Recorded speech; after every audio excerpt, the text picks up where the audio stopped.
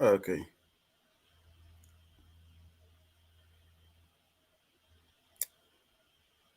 Let me see. I just screen.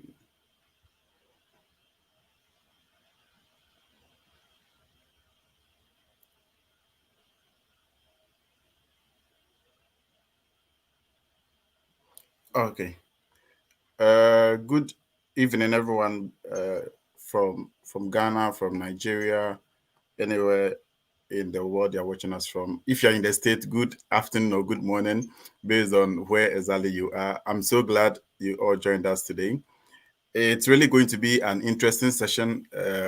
This whole American dream, it's one thing altogether, and then funding your education is also another thing altogether.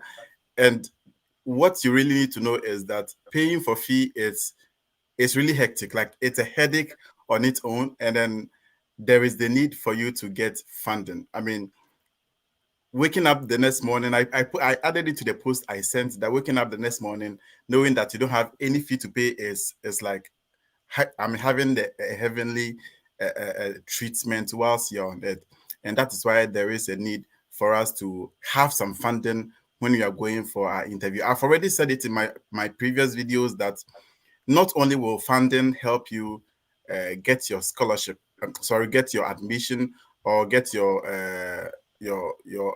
visa into the state, it's also going to relieve you so much when you go to the state, when you come here to the state and you're actually studying. So this morning we are very privileged to have some key people who will be joining us today. Okay, so Eddy is also here. We are very privileged to have these big men who are already in the state to join us to have this discussion. I can smell the US wind around you guys.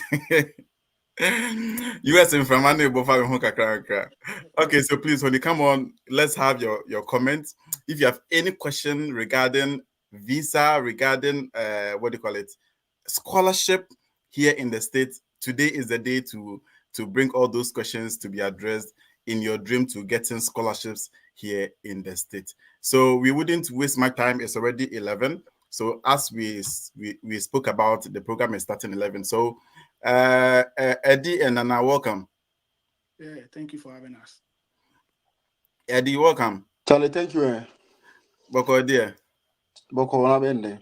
I mean, because of language barrier that may affect our brothers, especially my Nigerian friends, I would want us to restrict ourselves to speaking English language here. All right, no problem. Okay, okay. I mean, I really love the atmosphere so far. So a quick one. May we know you more? I mean, But people here. how do you get to see the comments? I don't know. I'm not. Yeah, I mean, when they come in, they will pop up here. Where the chat is it the chat box over there? Yeah. Oh, okay. Okay. So let me get to know you more, Nana. And I only know you by name, so we want to know you. Who is Nana? Yeah, actually, I'm Ernest Asante, of which a lot of people actually know me from school. School days will always call me Digits. That is what a lot of people call Oh, me. dig it. Yeah, so if you use the word Digits, I normally know that you know me specifically from KNUST or my SHS days. That was when I was being called by that. But actually, my real name is Ernest Asante Nana Kwaku. Yeah, actually, I'm a student. I'm a PhD student in maths with concentration in statistics and data science at Auburn University. Okay. That is why I'm currently, and we are here to help you all achieve your dreams. Oh, did you say math? A PhD in maths with concentration in statistics and data science. It Yeah. looks like all the difficult things we run away from is what you are doing. The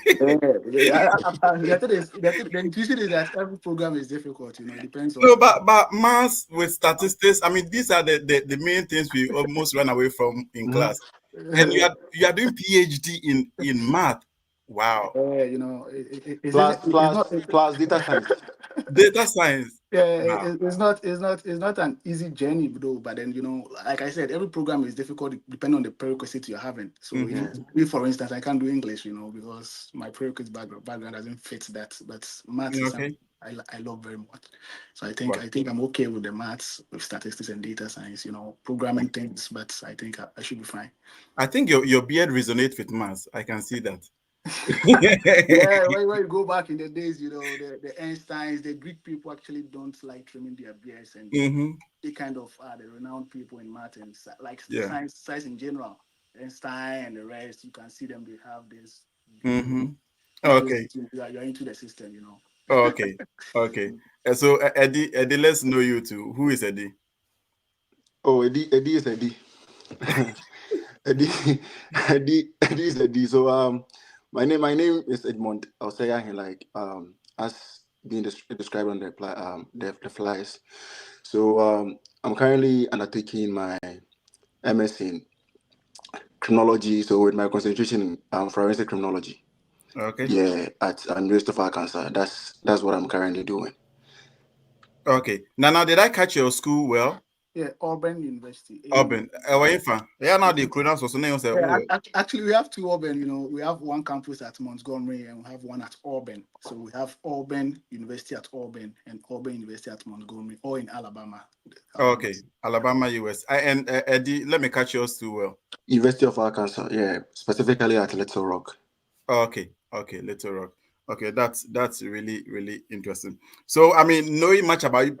Okay, let me first cut this off because when I was growing up in Ghana, based on our situation, our circumstances, we always believe that people who get funding are people who are, I mean, children of politicians or big people. Maybe I'm very curious. I want to know. I mean, I can smell politician around you guys. Maybe you are politicians. I'm a kid, and you got this opportunity. How about that? Actually, I would say that when we were all growing up, we thought that getting scholarship is for these big names, those people who have connections abroad and something like that. But then along the line, we realized that there are several means for we that we think that we are not politicians. We can also get into the system, of which there are several ways you can do that.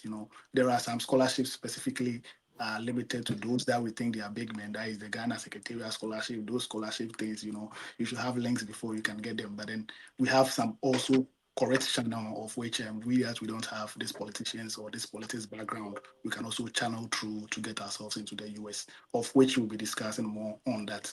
I don't know if you want me to add such scholarship, but I think maybe along the line we I can. think you get there. Eddie, there was his Papa. I'm thinking so. Me Nana. So I mean, it's not scholarship. Is not a matter of like you being affiliated to any politician or any big member, any big figure in Ghana. It has nothing to do with that. Mhm. Having getting a scholarship, regardless of the country that you want to go, being it US, Canada, or anywhere else, it's made available for everyone, regardless of where you are coming from. Mhm. So, but the only thing that I find it very difficult is that, okay, personally, I think some of the things that actually deter people from, I mean, being it you being poor, sorry, nobody is poor, but you coming from a lower background in Ghana or coming from a higher background in Ghana is the fact that people don't really know. People don't have so much knowledge about it. It's not that, I mean, it's maybe because of like the affiliation to maybe like to a particular family or something. Nah, it's because people don't have the knowledge about it. So, I mean, that's what I think most of the people in Ghana are really lacking: where to find these scholarships and how to do it. That's the problem, because the scholarship doesn't know who is rich and who is not. And one thing I know about this traveling abroad thing, you see, I went for my interview with I was there with four of my friends, and I think none of us here. I know one personal friend who is also at University of Arkansas in Fayetteville. So I know him personally and where he's coming from. He has like he's not affiliated to anyone, and he also got fully funded scholarship here in the US. So I mean, scholarship doesn't know anyone who is from a poor home or a rich home. It's for everyone. But the most important thing is where to find them and how to get them. That's the problem Okay. that I think is in Ghana. Yeah. Okay. Okay. So knowing that, at least we know that some of us who are not from a rich home, we also have a dream of getting some scholarships if only we dream about it and we put in the effort. So let me ask Eddie you again, how does it feel getting fully funded scholarship? Like, how does it feel? What's the feeling like? It feels good. You see, I never realized the importance of getting a fully funded scholarship when I came here until the winter. I mean, probably you're still in the winter, but the deep winter where we were having the snow and stuff. And looking at it, I was asking myself, if you don't work, yeah, it's not like in Ghana where you can depend on your, I mean, you have everything at your disposal. You eat from your mom's, your dad's pocket. You sleep in a room without paying bills and anything. But here is a country where if you don't have any family member, even though I have my family, some of my family members here, I mean, I have my brother and maybe my mother here. But the point is that I don't live with them. They are in a different state. You get it. But here in the No, case, I Charlie, can't call my brother and be like, oh, or like send me money to pay my bills. Now I'm old enough like to cater for myself. So the point is that if you come here, it's more or less like an independent life. Do you get it? Mm-hmm. It's more or less like an independent life. You depend on yourself, and then here's not like in Ghana where you can tell your landlord, I mean, please give me some few days to pay my rent. Give me some few months to pay my rent. Give me some few days to do this. Now, here's not like that. Here is a country where, I mean, most of the things that you do will probably, or most of the things that you get is earned. All right. So nobody will probably tell you to, I mean, go and work. You need to go and work. Nobody will probably tell you to pay your bills. You need to pay your bill. That's how you see most people ended up being homeless here in US, which is not common in Ghana. And the reason being that here the system is created in such a way that you have to earn everything that, I mean, you get. Okay. So getting a fully funded scholarship during the winter was something that was really good because if let's say you don't work and you don't have money to pay your bills, how are you going to survive? At the end of the day, you need to leave your apartment. You can't pay your bills. You can't even make phone calls if you don't pay your phone bills. So it means that, I mean, sitting home and you receiving money to pay your rent, at least if not for anything, you can pay your rent, your bills, and probably have something to eat, to buy your groceries and other things that you want to buy. Mm-hmm. Mm-hmm. It's enough, okay? You don't really get that much to, I mean, go home and buy lands and build houses. That's not, we are not there yet. But Mm-hmm. at least there's these opportunities that's giving us the privilege to be able to pay our bills, to be able to, I mean, as students, to be able to, I mean, depend on certain things that we don't even have. Do you Yeah. get it? You Yeah. can pay your bills, you can pay your rent, at least you can get something to buy food to eat. These Mm-hmm. are things that are really important, and these are things that actually keeps us going. So this is the importance of getting a fully funded scholarship. That is very relevant. Yeah, and Okay. that's how, I mean, beneficial it could be. Okay. Okay. So let me pick Nana to Nana. How does it feel to have a fully funded scholarship? Yeah, I think from what Eddie has said so far, I will just add a little or a few things to it. You Mm-hmm. know, getting a full funded scholarship is very important, and it's so like it's so like I don't know the joy I will even use to describe it. You know, but the thing is, I remember when I got to the US, during the first month, I thought that I came on the 15th. Yeah, my moving was on the 15th, so I thought that maybe if I pay rent during that period, I'll have to repay the rent the 15th of next month, like we Mm-hmm. always do in Ghana. Yeah. So on the 31st, these people sent me a message that they did their money. And at that point in time, I had not received my payment from the school as promised, you know. So I was like, wow. So imagine if I had no, I have nothing, like I have nothing to leverage on. Mm-hmm. It's that Mm-hmm. I was not having any full funding, and I was to get that money at that point in time within two Mm-hmm. weeks. Me being in the US, it would have been something embarrassing, you know. So Yeah.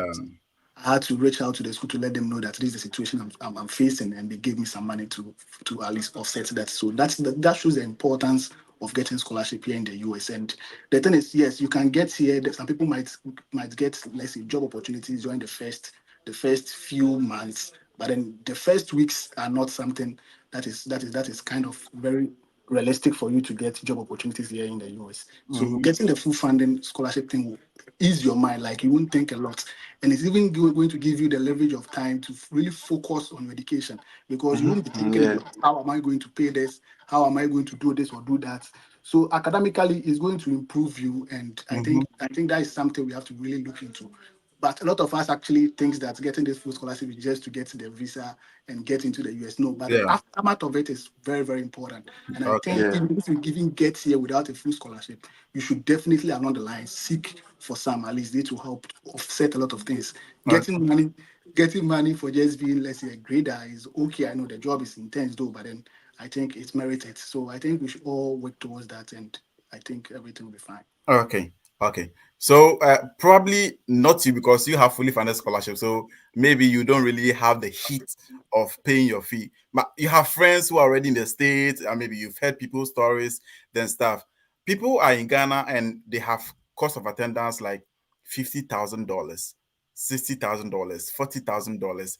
and they're like, oh, when you go, you can go and work and pay or offset that money. I mean, maybe you are not paying that huge money, so you may not have that personal experience, but you've heard people, I mean, speak about it, your friends or other people have shared their stories. What do you take on people who think, I mean, or who believe that they can come here to the state and pay $50,000 by themselves by working, probably working here in the States as a student, I mean, here in the States? I think you are even using a huge amount of money. Talking about $50,000. I want to bring it down. I have a friend in University of Texas at El Paso. He's kind of paying a deficit of four k, and is really a big deal. He's even on a full scholarship though, but then he has to pay that particular amount of deficit. So you imagine as a student, if you are, I don't think you can even get any work here on campus that will even leverage you $10,000 within that particular time frame. I don't know. I always say this, that a lot of people actually comes to the US with this huge amount of deficits. Definitely has some family members here in the state. If you don't, I really think you go through hell. Like you really go through hell, because I don't think you'll be able to pay the amount of money. If it's $50,000, you can't pay, because even the average people here in the US yearly, how much do they even make? Some people don't even make $50,000, and I think that is the reason why for this a lot of denial. So let's look at the point that you've gotten to the US with this huge amount of deficit. I don't think you'll be able to pay it on your own. But if you think you have family members who is going to support you, then maybe fine, you can come in with that. But in as much as, well, however you look at it, I think it's a very difficult thing we have to really think about. Okay. You can't. I don't think on campus job cannot merit you. $10,000 is even extremely very difficult for people to even get. And you should know, it's not that when you get to campus immediately you get to these job opportunities. No. So it will take a lot of time. And some people will talk about the fact that you can do payment plan. But I can bet my life on this. $50,000, even from $20,000 going, I don't think you can be able to pay it on your own. Maybe Okay. you can resort to illegal means, of which that is above the rules, and you can't do that. Yeah. So specifically, if you are to use the normal routine to get on campus job here to raise such amount of money, I don't think that will be possible. So we should always relook. Fine, a lot of people can get in with such huge amount of deficit, but then you have to resort and getting scholarship. That is the reason why our advocacy is always about getting the fully funded scholarship. If not in that, when Okay. you get to campus, you should work towards that, because you can never work anywhere in the US here as a student trying to make academics meet. Like you want to meet your academic level, and you also want to get huge amount of money to pay the fee. I don't think that is possible, unless maybe you just want to get to the US and Yeah. get something else with what you want to do. But if you Okay. really want to come here to study and you think you have no support, you are coming in personally for your own self and you'll be sponsoring your own self, I think $20,000 is not even an easy money to pay. Okay. Eddie, what's your take on that? I mean, I think I second with Nana because the reality here is quite different. You see, the kind of fantasies that you build when you are back home in Ghana is different from the things that you do when you come here. You see, when I was in Ghana, I used to backlash my brother a lot, Timothy, those kind of stuff. But when I came here, then I realized how difficult it is to live here. Reality will be slapping you. Yes, but let me say this: 50,000 deficit is not something that I would say you cannot pay. You can pay, but maybe you can go for a loan. You can go Okay. for a loan to offset that 50,000 deficit. But with the mentality of coming here to work, regardless of the deficit, is what I just want to touch on. You see, the school or the rules only gives you the permission to work 20 hours in a week. Mm-hmm. Mm-hmm. 20 hours on campus. 20 hours on campus. It means 3 hours each day. Yeah. All right, 3 hours each day, or maybe 4 hours each day. If you can put it, maybe if you can put it in 5 days, Mm-hmm. that's 4 hours each day. And these campus jobs, the highest they could pay you, okay, the highest you could get, Mm-hmm. the highest you could get is, let's say, like $12, Yeah. $13, $11. Mm-hmm. Even my junior brother who's in Georgia State and works with the IT, that we all supposed to think, oh, IT people at least they will probably take something Yeah. higher than. Mm-hmm. They are even paying at least $10 an Wow. hour. Do you get it? Mm-hmm. And remember, you are working just 4 hours a day. So Mm-hmm. $10 an hour, how much do you think you're going to make in a week? Yeah. Left alone a month. Mm-hmm. And remember, you are going to incur some cost from this. Yeah. So we are not advocating that, don't come here with a deficit or not something. But the point is that when you come here, reality will catch you. Yeah. This and this is these US institutions, trust me, a white man will probably start saving for his or her daughter's college Yeah.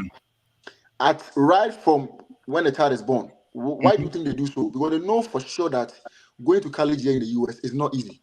Mm-hmm. Mm-hmm. Do you get it? Yeah. Going to college here is not easy. So you overnight has actually gotten your visa and you are left to pay $50,000. Do you think it's going to be easy? No, it's not going to be easy. And remember, you cannot do this campus job and survive under this kind of huge deficit. Mm-hmm. That is not entirely possible. Mm-hmm. It's not entirely possible. Unless, like I said, maybe you have other means like loan that you can go for and offset your deficit and then go to school. But if you really want to go to school and you are thinking of working outside or whatever it is, that's not how the rule doesn't really permit that. So you Okay. cannot work outside. Mm-hmm. All right, regardless of what people will say or what people will do. My point is that the rule doesn't really allow you to work outside. So it means that if you have a deficit of 50, like what I said, unless maybe you are coming from an extremely rich home, that it can actually help you. Because I know a friend of mine, for some reason I don't want to mention a name, but imagine you being in Ghana and some people being in Ghana thinking you are in US. They think, of course, maybe you are really making it in life, and your dad sending you money from Ghana to pay your fees here. Mm-hmm. It means like they say those who wears it feels it.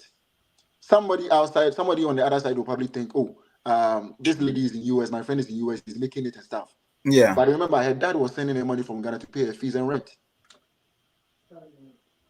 And because due to by her own effort and probably God's intervention, she has gotten funded this for this spring.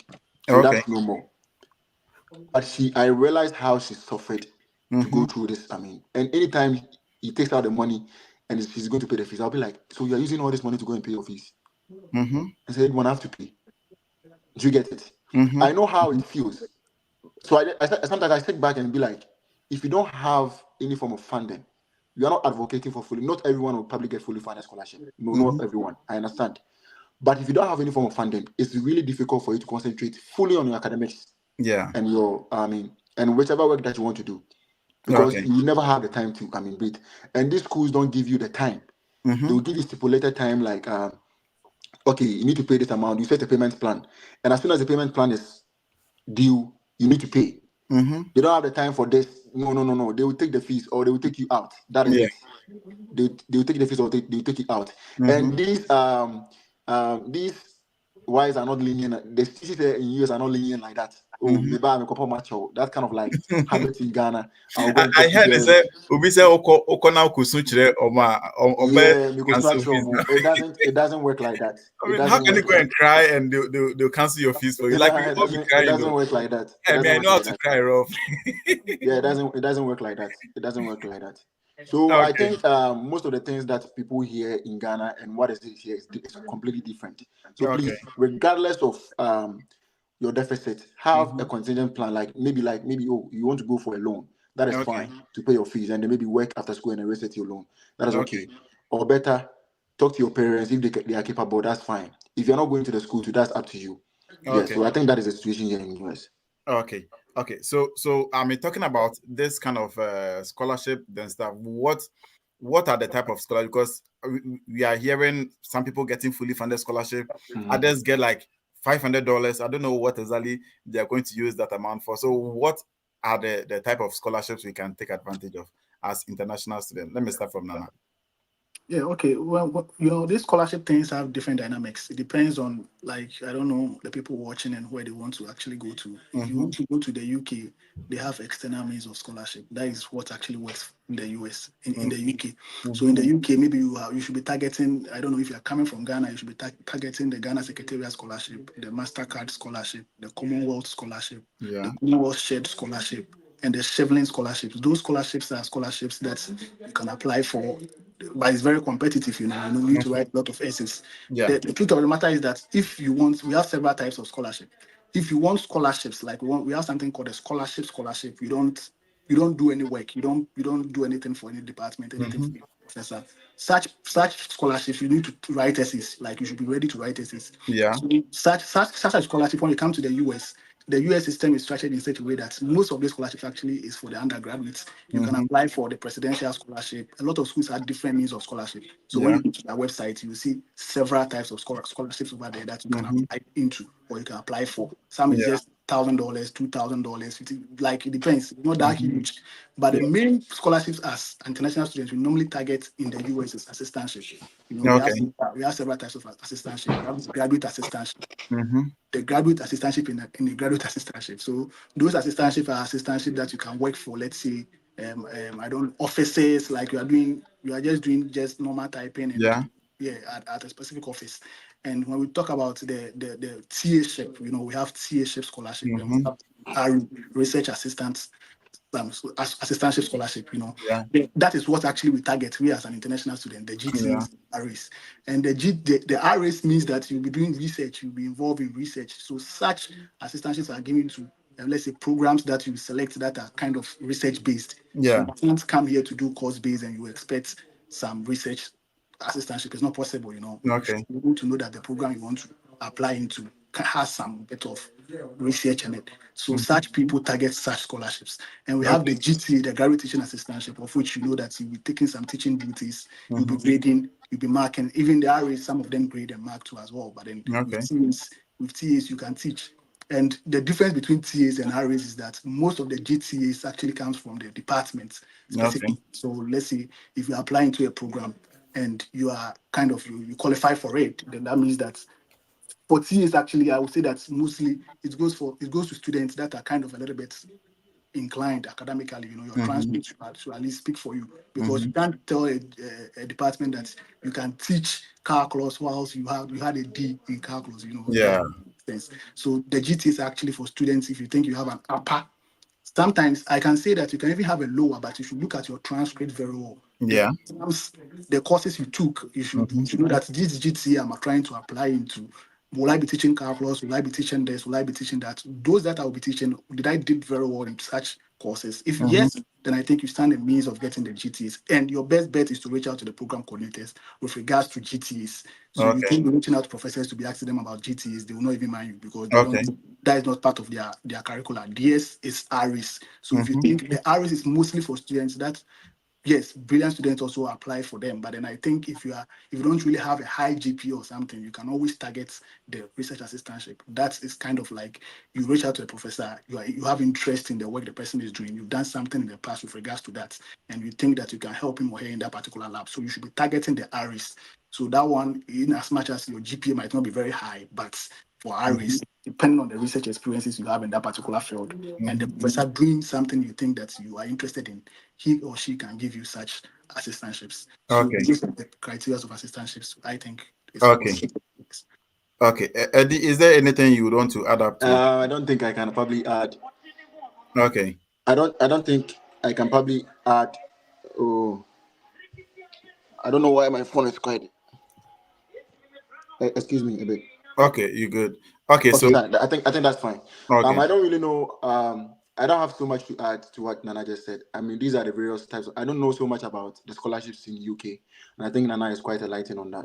Mm-hmm. I mean, talked about that a lot.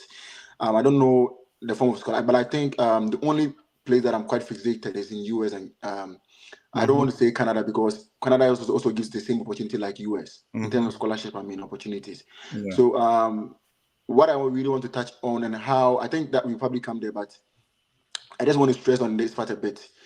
The various forms of scholarship that I think personally today, my focus will probably be will talk about the assistantship that we have because that's what I'm actually benefiting from. All right. Okay. These are fully funded as scholarships. Mm-hmm. I'll probably give the details as to why it's fully funded and sometimes how you can be left with some deficit to pay, which is something that you can pay. All Okay. right, and the avenues to pay. So these are what I specifically and I are benefiting from, and that's what I can speak to. All Okay. right, and then these are what you call the assistantships. So you have the graduate research assistantship. That's I'm a graduate research assistantship. So basically, I'm into research, and we have the graduate teaching assistantship. I mean, Okay. that's teaching. You are teaching maybe undergrad students or like maybe undergrad, maybe like level 100, level 200, Mm-hmm. helping a faculty member in that regard. Do you get it? Okay. And you have graduate instructionist or graduate instructive assistantship or Mm-hmm. graduate office assistantship. This is where you'll be working in, let's say, if it's a if it's a what do you call it? Let's say departmental offices, maybe where they print, where they document stuff, where Yeah. they actually do things that are related to the department, maybe like sending emails and stuff. These Mm-hmm. are administrative works Yeah. at the department. You can also qualify for such assistantship. These three assistantships that I just mentioned are what you call the academic form of funding, and Okay. these come from departments and that these are called departmental assistant funding. Sorry, not Okay. academic funding. These are departmental funding. These come Okay. from the department that you find yourself. But we have non-departmental funding too as well, Mm-hmm. or non-departmental assistantship. These assistantships come from, like, let's say the transport services. Let's say the transport services that are in charge of picking students. I Mm-hmm. mean the bus system. If you want to work there, there might be an opportunity for you. The Mm-hmm. international student offices, the offices that are actually in charge of, helping international students to settle in. Do you get it? Yeah. They might also have assistantship positions over there at their offices. Mm-hmm. We have the library, like the libraries here in the US. In the US institutions, they have also assistantship over. These are what you call non-academic scholarships or Okay. non-academic assistantship. Mm-hmm. So you can probably target within this area. So even if you don't get the academic scholarship, like specifically from your department or departmental scholarship, that's from your department, Mm-hmm. you can probably get these non-departmental assistantship. Scholarship. Okay. Do you get Okay. it? So Yeah. these are the various types of assistantship that's what I want to talk to. I want to speak in specific. Okay. Yes, we have in the US, and the Okay. same thing in Canada too as well. Okay. And Okay. I would like to add this last one too. I think Mm-hmm. you can also look at the fellowships, but fellowships actually mostly when you come to the US and you are enrolled here, your first year, if you did very well, extremely in your GPAs, you can just get these fellowships. Yeah, I think Mm-hmm. that's also possible. Okay, okay. So, to our viewers, when you come on and there is any question, I mean, today is the day to pour out all your questions you have on scholarships. So kindly put your question down in the comment section. I'll bring it up, and then we will address that for you. I think there is one on scholarship, so let me bring that one up and see how best we can address that. I've been accepted to University of New Haven, only 10% scholarship, having leaving me with 36,000 in tuition fee without any other funding source. What options do I have to cover these expenses? Okay, so I don't know how Eddie and Nana want to tackle on this. So he has admission to New University of New Haven. He has 10% scholarship, and then is left with 36,000 to pay. So, what are her options in paying this? Yeah. What? So like Eddie was saying, we have this non-education routes. You know, Mm-hmm.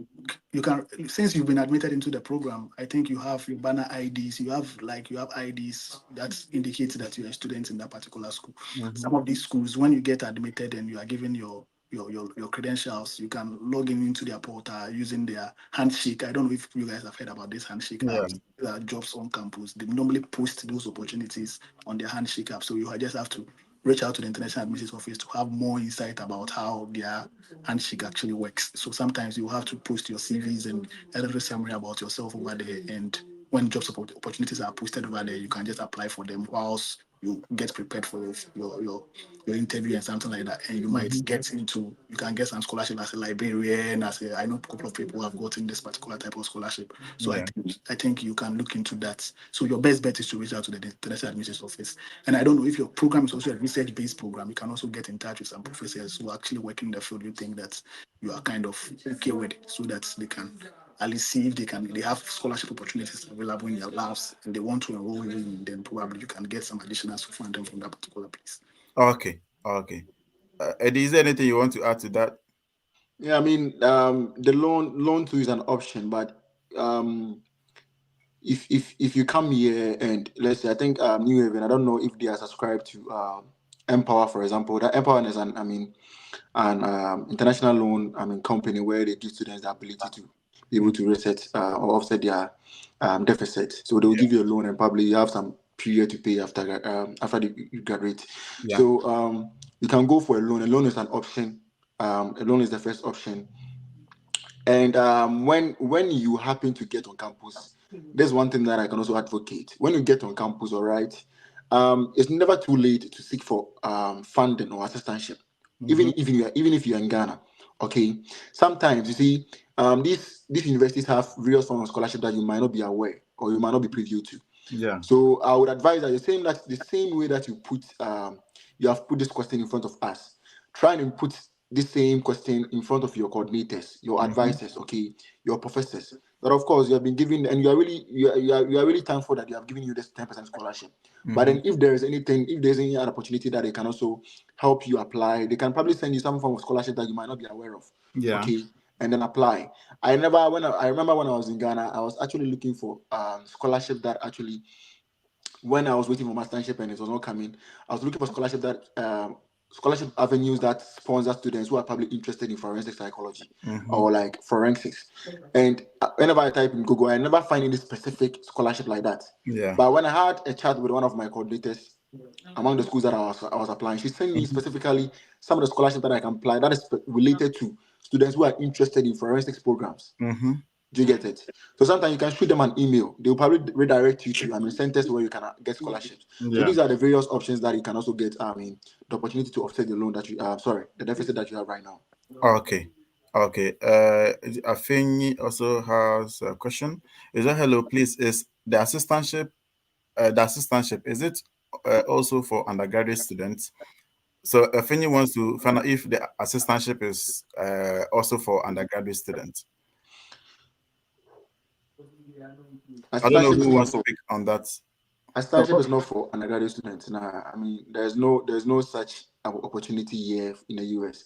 And I don't know if there will be time to enlighten people on how this assistantship works Mm-hmm. and how to secure it. But I think maybe probably as soon as you're done with the questions, you can probably go on that. Yeah. But in a simple, way, assistantship that I know is not, extended to undergrad students. Okay. Okay. So that is that for But employment on campus, like employment, like other working on um campus. assistant, yes, is Yeah. extended to both graduate and then Another undergrad students. okay, okay. Guys, please, when you come on and you have any question, put it in the comment section. I'll respond to that, and then my honorable men here will respond to you and give you the right answer to that. Kindly let's share the live session. Kindly let's post it to our WhatsApp status, in our group chat, and invite people to come and learn. I mean, it's so sad that people, like the way we are discussing this here, someone will come to a different session and come and ask the same question, which has been, fully dealt with, on this very platform, because the time we were here, others were not, just because you didn't invite them. So please, let's invite people to come and learn. You don't want to be greedy on getting scholarships here to the state. So let's kindly share. And then if you have any question you want us to respond to, just put in the comment section. I will gladly respond to that. And if you are watching and you haven't subscribed also, kindly do subscribe. Okay, so I think I have, okay, let me see. Let's see this. What are some of the things you should equip yourself when taking studies? Okay, so I think this question is kind of diverse, so we will come to this later. Asuman, I'll make sure we respond to this particular comment later. So let's continue with the question specifically, and then we'll come back to as is it assuming, sorry if I didn't get your name right. Okay, so let me come to you, gentlemen. When you're applying for these scholarships in general, not assistantship, not graduate, whatever, when you want to apply for scholarships, what are the documents you need? Because sometimes you just don't understand how people get scholarships, how they do not get. What at all do they send? I mean, is it some excuse my language? Is it naked videos they send and these people are convinced that they're giving them the scholarship, or what actually do they send to these schools? Or what are the general documents we need when applying for scholarships? I don't know who wants to take this first. Oh, okay, so let me start. But the Okay. thing is, definitely, no matter however you look at the scholarship issues, it has criteria. So definitely, you still have to tackle it from the fact that the person is applying for an undergrad or a master's or a PhD level. Mm-hmm. If the target is to come to the US, then I think that applying for scholarship, actually, in the US, we don't apply for scholarship separately when you're applying for, let's say, programs. Okay. But with UK, you apply into the program with your own documentations, of which definitely is always the transcript, the CV, And some of the schools will also want you to apply with you add SOP, status of purpose to it, and some of them will also want you to even add letter of intent, even though it's a lot of documentations. But then what I want you to know is that if you want to apply for scholarship, you should be ready to write essays. Okay. If it is not assistantship, if it's assistantship, you don't write a lot of letters. It's just the documentations you use in applying into the program. So let's see if the program tells you that you want SOP, you need to have it. You need to have your CV. You need to have your transcript. Some of them will even tell you to add your certificate to Yeah. it. And some of them will even tell you to write a writing samples. Yeah. The writing sample is sometimes the project you think you've done in the past, you just streamline into a very few number of pages and you add it to it. So those documentations will definitely merit you admission into the program. And Yeah. some, if you are applying to the US, those same documents will merit you scholarships in terms of assistantships and other scholarships. But then if you are undergraduate students, definitely you have several essays you should be ready to write. You know, when you're applying for scholarship, as in scholarships in the department, any school you want to apply into, they will tell you that maybe we want, let's say, extracurricular activity essays. We want, like, you should be ready to write a lot of essays. Some will tell you want diversity essays. So you should be ready that you write essays because Okay. scholarships are really, such scholarships, you don't work for the department. So it's just you are applying to the scholarship. If you merit it, we'll give it to you. Yeah. So you need to be ready to write essays. That is the key point. You need to get your extracurricular activity essay done. You should have your diversity letter of which people have done in the past. You have to have your CV. CV definitely you need it. You need your transcript. Yeah. But some scholarships you don't need to write a statement of purpose or a letter of intent or motivational letter or personal statement. Some of them, if it's scholarship, you don't actually need such documentation. But then it all comes into play. You writing these extracurricular activities, writing these diversity essays, all has you can fix everything into your SOP. You can bring everything from your SOP into such essays. So you should be ready to write essays. You should get your CV ready. You should have your transcript set down, and maybe probably some of them will want you to write some extra stuff, of which depends. Some of them will even want you to add recommendation letters. So it depends the particular scholarship you want to apply into, but that is the generic factors or things they will want from you. Okay. Okay. Eddie, do you want to add anything to that? I think scholarship in general, I mean, has every scholarship that you go for, regardless of it being external scholarship or internal scholarship, comes with its own criteria. So usually, no scholarship will probably find it on not on an easy journey to get any scholarship, Yeah. regardless of the country that you're going to. That's what you have in mind. Mm-hmm. You really have to. Scholarships are earned. Trust me, scholarships are earned. So if you say something is earned, it means you really have to put in the energy, Mm-hmm. and they will definitely give it to people that are actually qualify. Okay, that doesn't mean if you apply, you don't qualify, Mm-hmm. but probably they will probably use, maybe I don't know the kind of scheme. Every scholarship has its own selection scheme. Yeah. So they'll use the scheme to select people that actually they think are qualified. Mm-hmm. But they make it available for you to know whether you are eligible or not. So Okay. every scholarship platform that you find yourself, go and check for the eligibility criteria to Criteria. know if, of course, you qualify or not. So they will tell you, this is for US citizens alone. Mm-hmm. It means if you are coming from Ghana, don't apply. Yeah.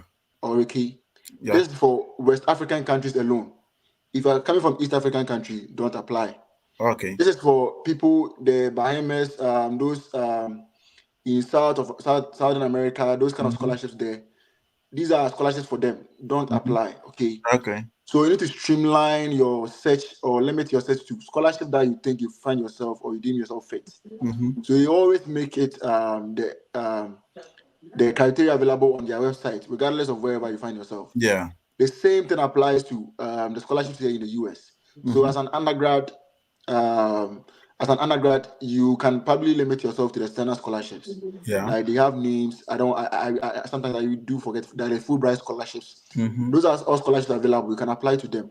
Okay. Okay. And it demands you to write the essay. That's where I'm coming to. Please, these scholarships are not just earned anyhow. Mm-hmm. You need to write the essays. Okay. You need to write them. Like you need to know, even though you are qualified, but they demand you to write a convincing essay why you think you deserve a scholarship. Mm-hmm. And that's how come scholarship doesn't know who is rich and who is poor. Yeah. Scholarship is not asking you to tell me whether you come from a rich family. They are asking you to tell them what you can do.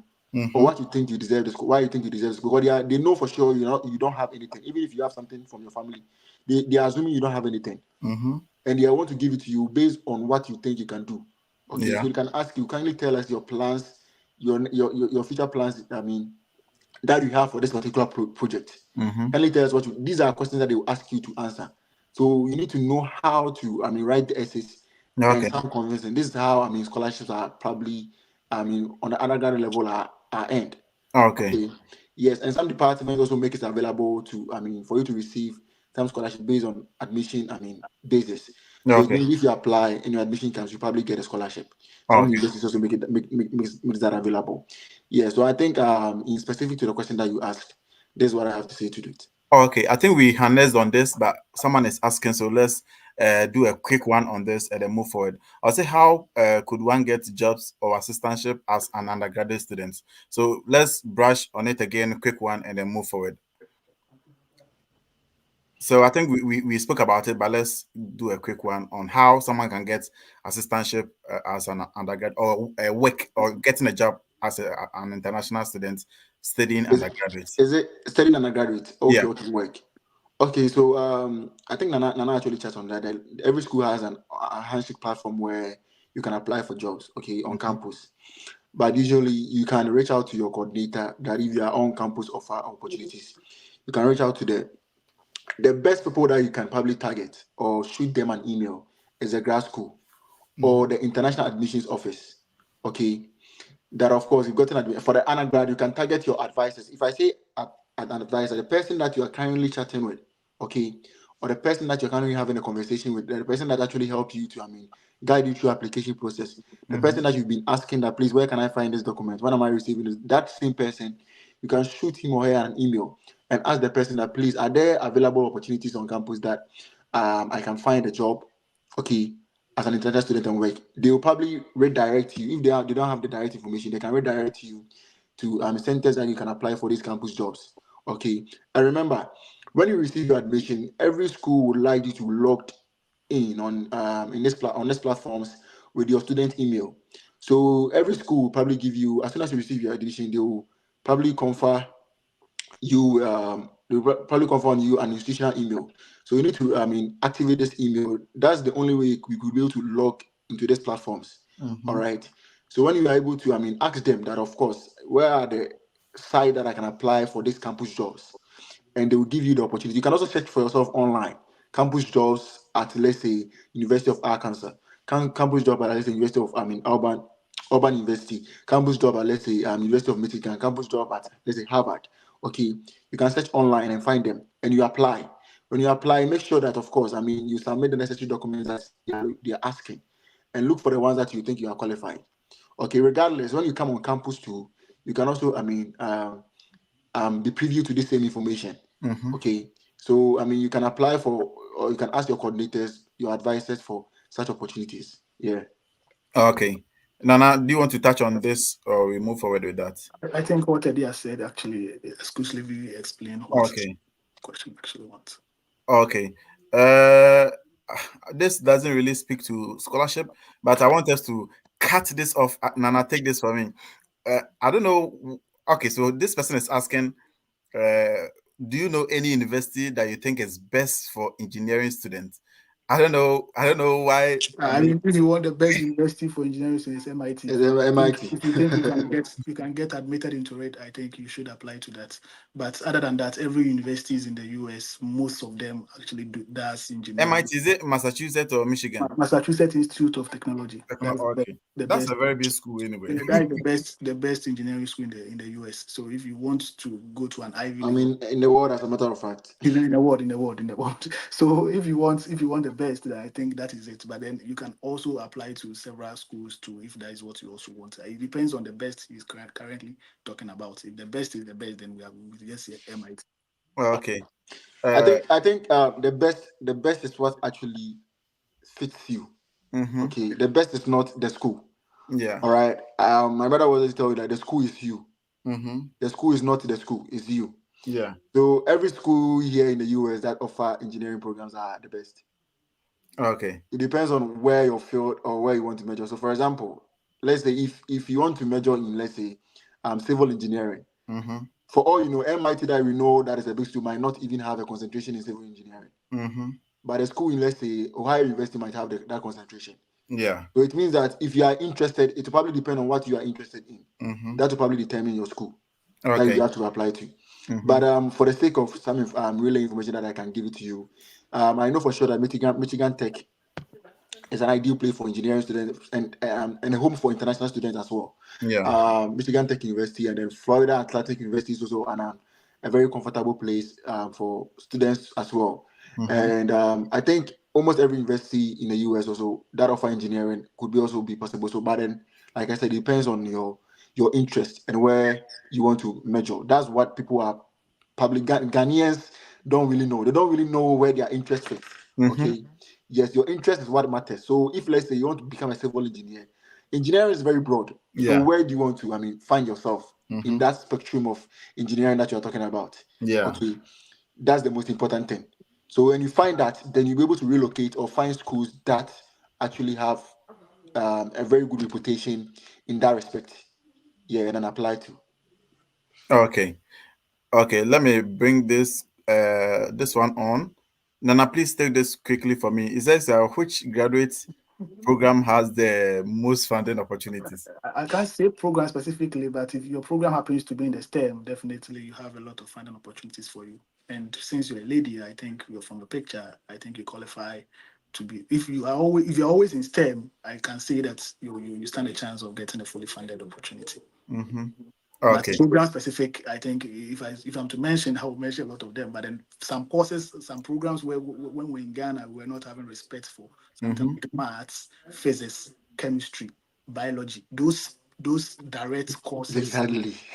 actually has a lot of funding. Physics, chemistry, biology, mathematics, they really have very good funding. Every school, I don't know any school in the US that doesn't give funding to math students or Mm-hmm. students or Mm-hmm. chemistry students. If you are taking it to the program, you take it very serious. Is it that those courses are hard? Is No, it no, just no, no. is it Those just because courses. those courses are hard? That's why they give those No, scholarships? no, no, Like. no, no. It's not hard. Every program, like I said, every program is hard depending on Mm-hmm. the prerequisite you have and your passion for it. So Mm-hmm. physics actually has, it's not specific. Mm-hmm.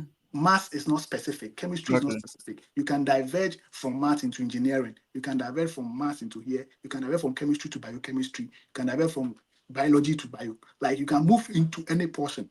It's general. It's a general thing. That is the Okay. reason why when we're in Ghana, a lot of people will be like physics. No, they don't. We don't associate a lot of grade to that. Not because it's hard, because they want people to get on board. Okay. Physics definitely is hard. I can't say everything is hard depending on what you want. So Okay.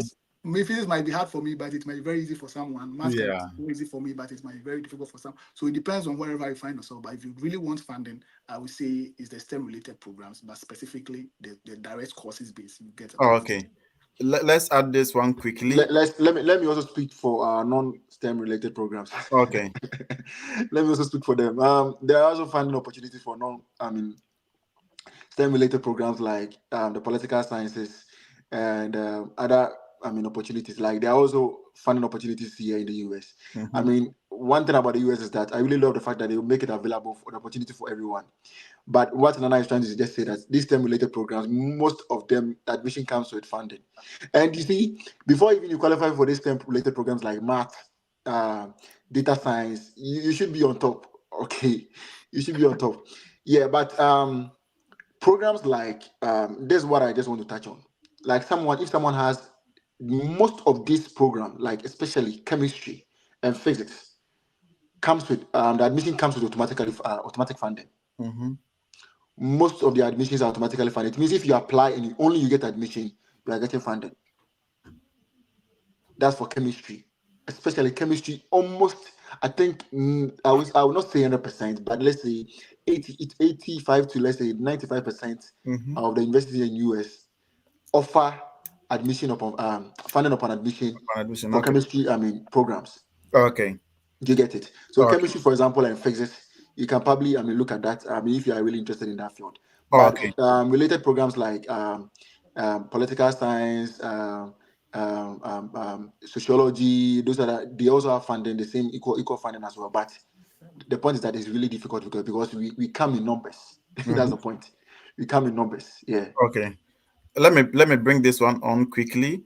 Felix also says, please, can I get scholarship with CGPA of 3.4? absolutely, absolutely, I think um, 3.4 is a huge GPA, right? absolutely, absolutely.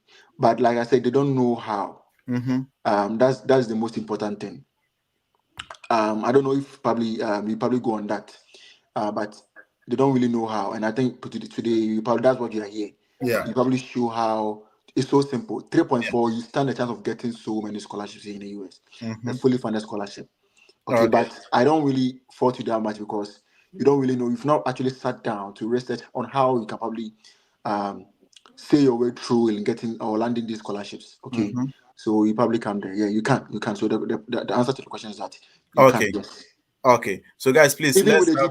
with a GPA of 2.8, you Mm-hmm. still stand a higher chance of getting a scholarship, a Okay. considerable scholarship. Yeah. Okay, so we'll come down to the comments. Kindly put your comments down. We'll bring it on and then respond to that for you. So let's quickly take. Okay, let me come to you, Nana. We want to hear your story. How was your story? I mean, how was it like, or what was the road? What was your path in getting your fully funded scholarship? How did everything start? What was the Okay, path? okay. I would say that it all started by someone telling me about study abroad. Actually, I had no idea or any intention of really studying abroad. So when I see or hear people talking about this study abroad very passionately, I think then they start a lot of chance to get into the programs or get this fully funded scholarship than me because Mm-hmm. I had zero idea about it. Mm-hmm. So I would start by saying a story actually because when we completed KNUST and I was kind of I wanted to go to Accra to do my national service, but I don't know. I even chose Accra first and Kumasi second, those criteria. But then I was Mm-hmm. given Kumasi, so I had to stay in Kumasi. So where I got national service at the National Insurance Authority. So where the National Insurance Authority was kind of far from where I'm staying on campus because that was the available place I could have at that point in time. I Mm-hmm. did not rush, so I was just going to that particular job from campus, and I was having friends also involved in TAs, like they were TAs. And so Yeah. one day I went to visit one guy and he told me that Charlie, someone is telling me about study abroad. And do you have any idea? I was like, what do you mean by study abroad? Me, I have no intention of doing masters. I'm done with my undergraduate. I just have to finish my national service and get a job here in Ghana and just chill up. Mm-hmm. And he was like, no, this thing is very serious. Someone is saying that it's serious. And I was like, okay, so what documentations how do we even apply to these programs we are talking about? And the guy was like, okay, he will get back to me. So the following day, I slept and I thought over it and I was like, yeah, then what this guy is talking about, if there is this funding thing, then I think I should pay attention to it. So I actually visited him the next day and I was like, Charlie, tell me about this scholarship thing you're talking about. And he was like, Mm-hmm. you should search for schools. And I was search for schools. How do I search for schools? What do you mean by search for schools? I thought you were coming to give me some school that or anything that I would just apply. So he was like, okay, yes, I'm working on this school, Florida State University. I'm just trying to mention the name. And I was Oh. like, okay, so how do I apply to Florida State University? And it was like, okay, you pay an application fee, $35. And I was like, okay, so what's next? And it was like, oh, you have to write SOP, so you have to have an academic CV. At Mm-hmm. that point, having CV, but not academic CV. So Mm-hmm. it was like you have to write academic CV, you rewrite it to meet that preference, and you need a recommendation letters. And I was like, how many? And it was like three. And I was okay. So I went back. I wanted to write SOP. But I can tell you, SOP, I tried, but I didn't even know where to start from. Where to even start from in writing this SOP? Because the guy only said SOP. So I went back to him. I was like, so give me a structure of this SOP you're talking about. And he was like, oh, no, me, I'm now coming to structure it. We don't have any idea about it. So I was okay. I was like, okay, then I will try my best to do something. So I started the application. Florida State. I started applying. I was filling the information, and I got to a place. They were like assistantship letter, and I was like, these people, we have SOP to write. I'm not even written it, and we are talking about assistantship letter. So then I think this me I didn't like essays, so I was like Mm-hmm. this thing is not my field. I have to stop. So I stopped Yeah. it. I stopped it. I stopped it.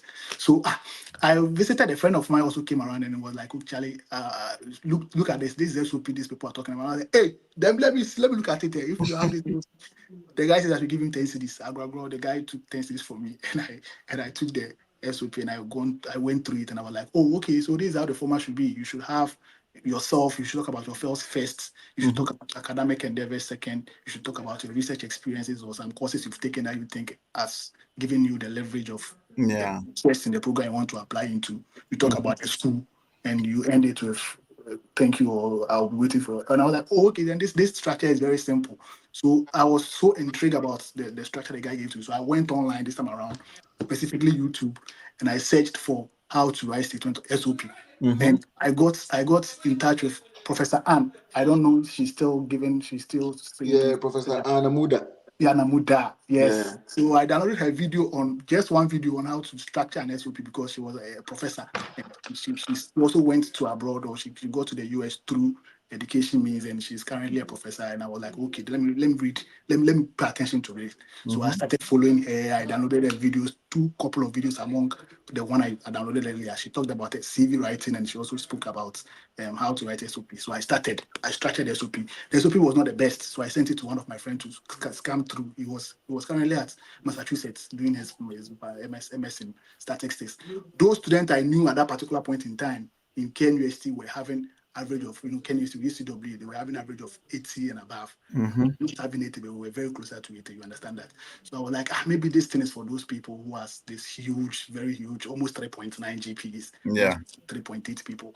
So I was like, then 3.9, then let me last because everybody I knew that particular time was a TA. And I was like, everybody's a TA, everybody has this huge GP and they're all going to the US. So I told him to go through my document and he went through it and he was like, it's okay. So at that time, I applied to just one university. I went on YouTube and I heard someone talking about Rowan University. It was for free. So I applied for it. And during that process, I was able to get an interview from them. They had an interview with me and I discussed a lot of things. And I realized that they wanted research experience, but I was not having. And Yes. at that time, because I was not good at structuring CV, I couldn't lie a lot. My CV was just normal. My CV was just normal. And I was like, maybe I lacked a lot of things in this, but even though I got a scholarship from there, 75%. But I told myself that no, I have to sit down and restructure myself. I'm having a friend, he was my motivation. He's currently at University of Texas, El Paso. He got admitted into it with similar GP of my 3.8 something. I was like, oh, since 3.0, then I think this is possible. Maybe I have to restructure myself more. So I started. That was when I started my school search. So I started with school search. I put down 50. I don't know any school in the US that is public university. I don't know of. But actually, I went through every state one after the other to search for schools that does statistics. I wanted masters. I was not interested in a PhD at first. I wanted masters in statistics. So I searched for masters in statistics. Almost every university. I wrote down 100 schools. I started with 100 schools. So at that time, I was still working at the National Resource Authority. So I gathered these schools, 100 of them, and I started. I was like, okay, schools in the US that does mathematics or statistics or actuarial science. That is the field I was interested in. I got 100 schools, but I need to do further. I can't apply to 100 schools, Yeah. The schools are a lot, so I have to do further screening down. So after getting these schools, I went to each of these schools actually to know about the requirements for their program. That is what I also studied again. So I divided my group into two. Now, those taking GRE, those that are not taking GRE, that was my first preference. Yeah. I wanted to apply. So I got a lot of schools that were requiring GRE. So I wanted to write the GRE. That was my. So I saved towards that. I learned towards that. I was so prepared for the GRE. But later on along the line, the cities to dollar rates kind of Escalated. inflated. So it affected the money I was having to have to actually write the GRE. So I told Yeah. a friend of mine, he's currently at both states. So he was like, Chidegate, forget this because he didn't want to write it. So he was actually forget this GRE thing. Let's focus on the schools. Use this money to apply for schools. And I was like, okay. At that time, it was in June, July. So I started application very early. So June, July, that was when I was. So I was like, okay, these schools wanting GRE, let me reach out to them and tell them that I want them to waive the GRE for me. So that was where I started. And I started with Utah State. So I reached out to them. I had a conversation with them. So I would say that I wanted to talk about the email I first sent to Utah State about inquiring about the program and if I qualify for the program. So Okay. I am Ernest Asante. I am interested in the Statistics Masters program. I am from Ghana and English is my official language. I want to apply for the fall semester at the Department of Mathematics and Statistics at Utah State University. I got a first class and I stated my GP over there in BSc Statistics degree from KNUST. I don't have a GRE test course. I don't have a TOEFL course. can I still apply to the program? And I want to know, will I be considered for funding? That was the first email I sent to the man, Mm-hmm. the program coordinator, and he replied that, oh yes, GRA is written on our department that it's a requirement Mm-hmm. to write the GRA. So I was like, oh really? So I reached out to one professor in that particular department, and I told her that, oh, I'm interested in a research program. I want to apply to this program, but they're saying that I need to write a GR. Is there a way or a means that I can get this waived? And the woman was like, reach out to the program coordinator, tell the program coordinator that you have a research portfolio. They can use that to waive your GRE test scores for you. So I Wow. went back to the program coordinator and I told him that, oh, I've reached out to one professor and this is what he's saying. And I was like, oh, okay. They had a discussion on that, but it's not yet set down yet. But since I'm trying to bring it up again, they will take it back to board and discuss it. Mm-hmm. So now I was like, okay.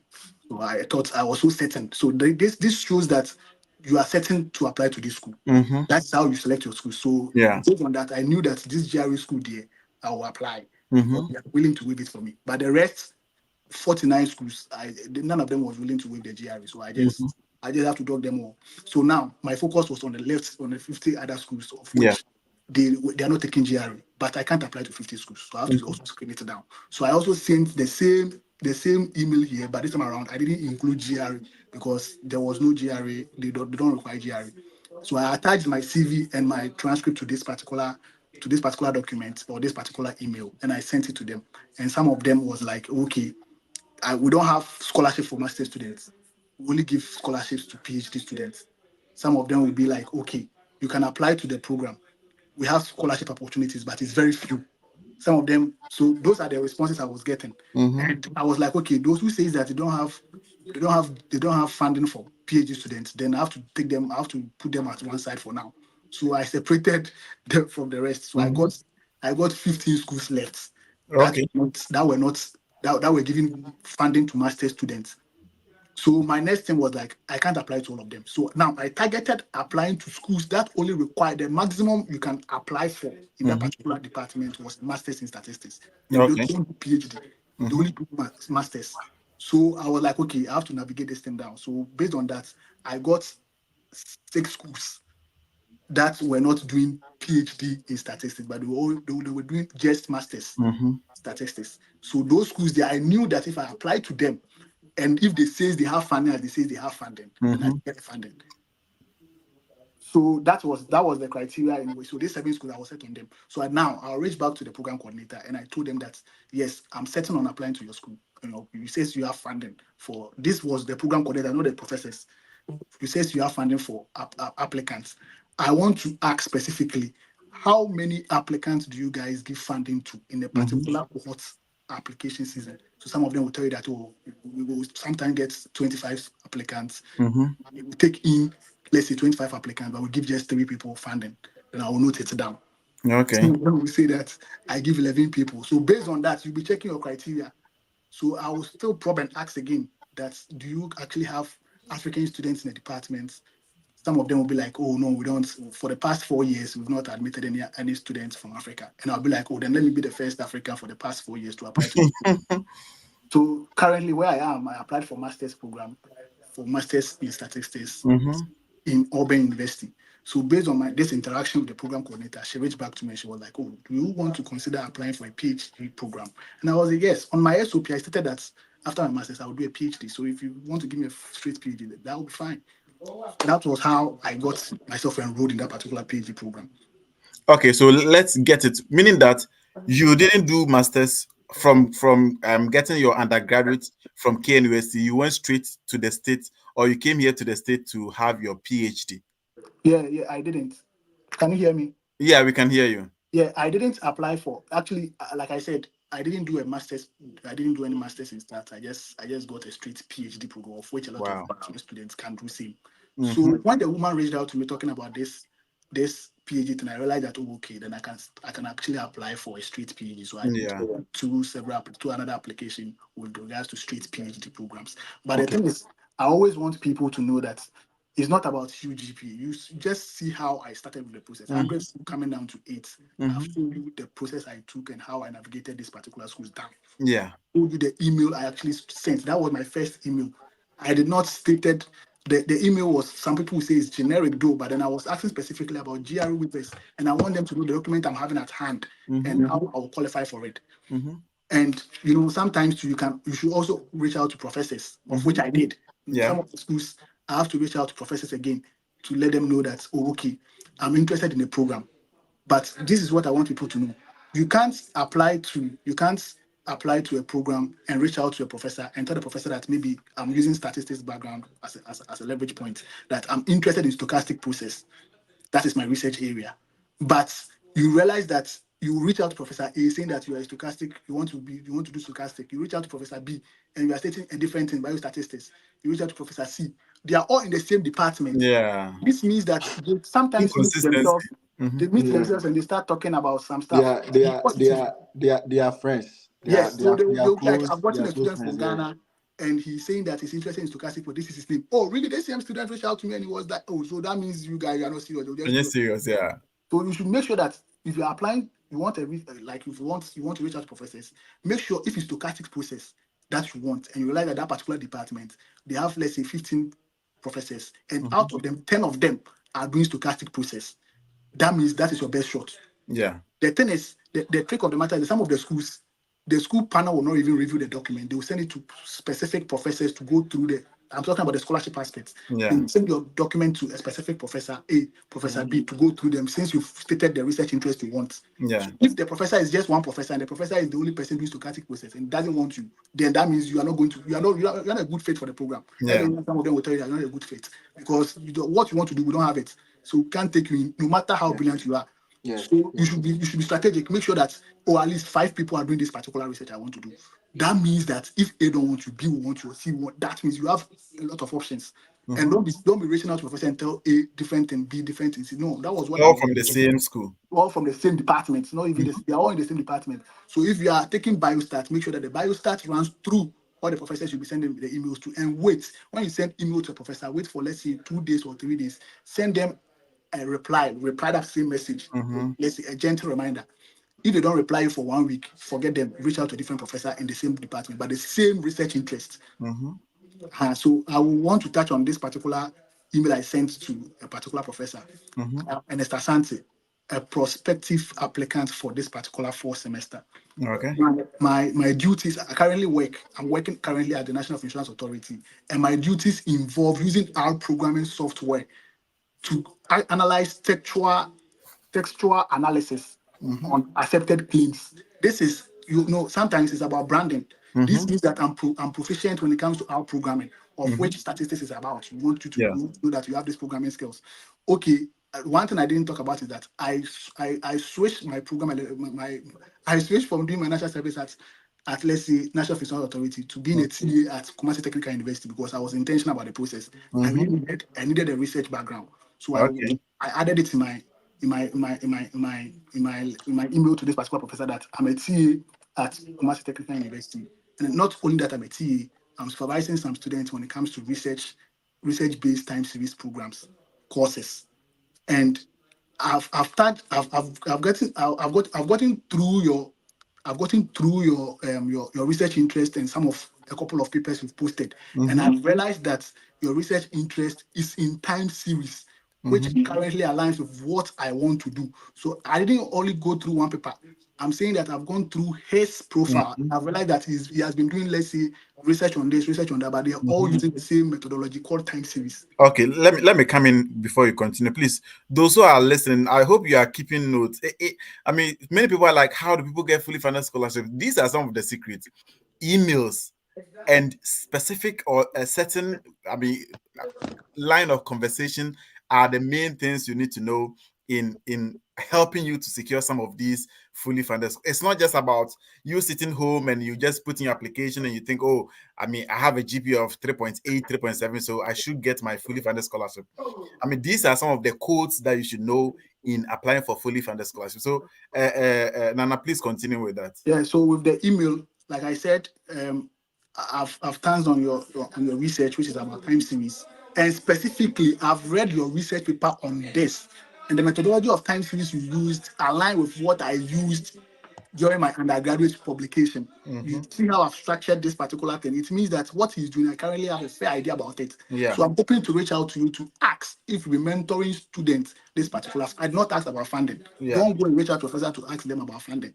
Immediately you do that, they will know that this guy just wants funding. Mm-hmm. And make sure the subject really matters. Yeah. When subjecting your email, you can write, let's say, a prospective student interested in your research area. Okay. That was my subject. So it means that when a person is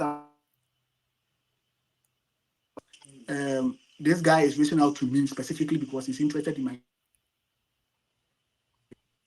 Who is that So disturbing you with so the I think calls?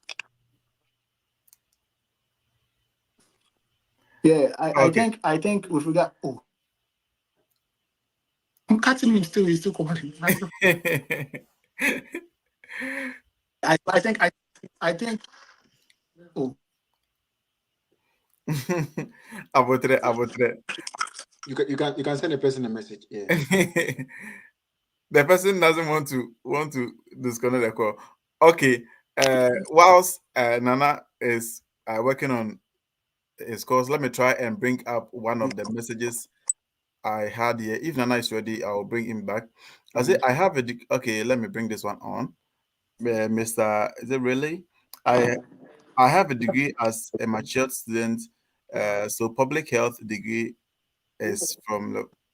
Hmm? I don't get your word. I have a degree as a matured student. So public health degree is from level 300 to 400. Is that enough for to use for application to a school abroad? I mean, if okay, let me please respond to this for Nana to continue with what he was saying. He said, I have a degree as a mature student, so public health degree is a public health degree. I don't know if that's what it means. From level 100, from level 300 to 400. Is that enough to use applications, to use for applications to schools abroad? I don't really understand this. That I don't. Did you get a question?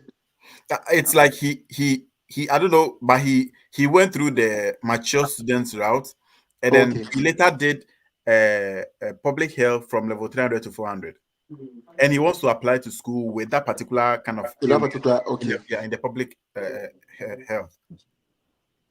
Well, you can. You can. My only advice is that you apply to programs that are specifically related. So is he targeting masters or undergrad? I should believe he's master because he has already done his first degree. Okay, so you should probably target specific related programs like maybe public health administration here in the US. You can target other health administration, programs here in the US as well. So you can apply. I don't really get a question that much, but you can still apply. You can look for related programs. And the reason being that when you apply to related programs like that, your chance of getting funding is very high Hmm. because you stand a chance of being in all the various forms of funding that the department provide, being it assistantship, research assistantship, or teaching assistantship or administrative assistantship. When you apply to such related programs, it's very good. So you can apply. I think if that answers the question, I don't really get it, but you can apply. Okay, okay. So Nana yeah. is back. Nana, let's have you. Can you hear me? Yeah, we can hear you. Okay, so I think, like I said, that was the email I sent actually to the professor. I attached my CV and I attached my resource slip, and I think that really did the magic for me because I had a lot of things weaved through this, and I'm saying that the reason why I'm using both approaches that some of us we don't have huge GPAs. If you don't have huge GPA, I normally say that you should target writing a lot of emails to prospective professors. Hmm. You should be targeting the RAs, the research assistantship, Hmm. because GTAs mostly they want to know that this student, they believe in students who has kind of a little bit of third and fourth year good transcripting. Yeah. Some of us might not have a huge GPA, but our third Mhm. year and fourth year was extremely okay. Very So good. Yeah. based on that, you can be applying to such programs. So back to my story.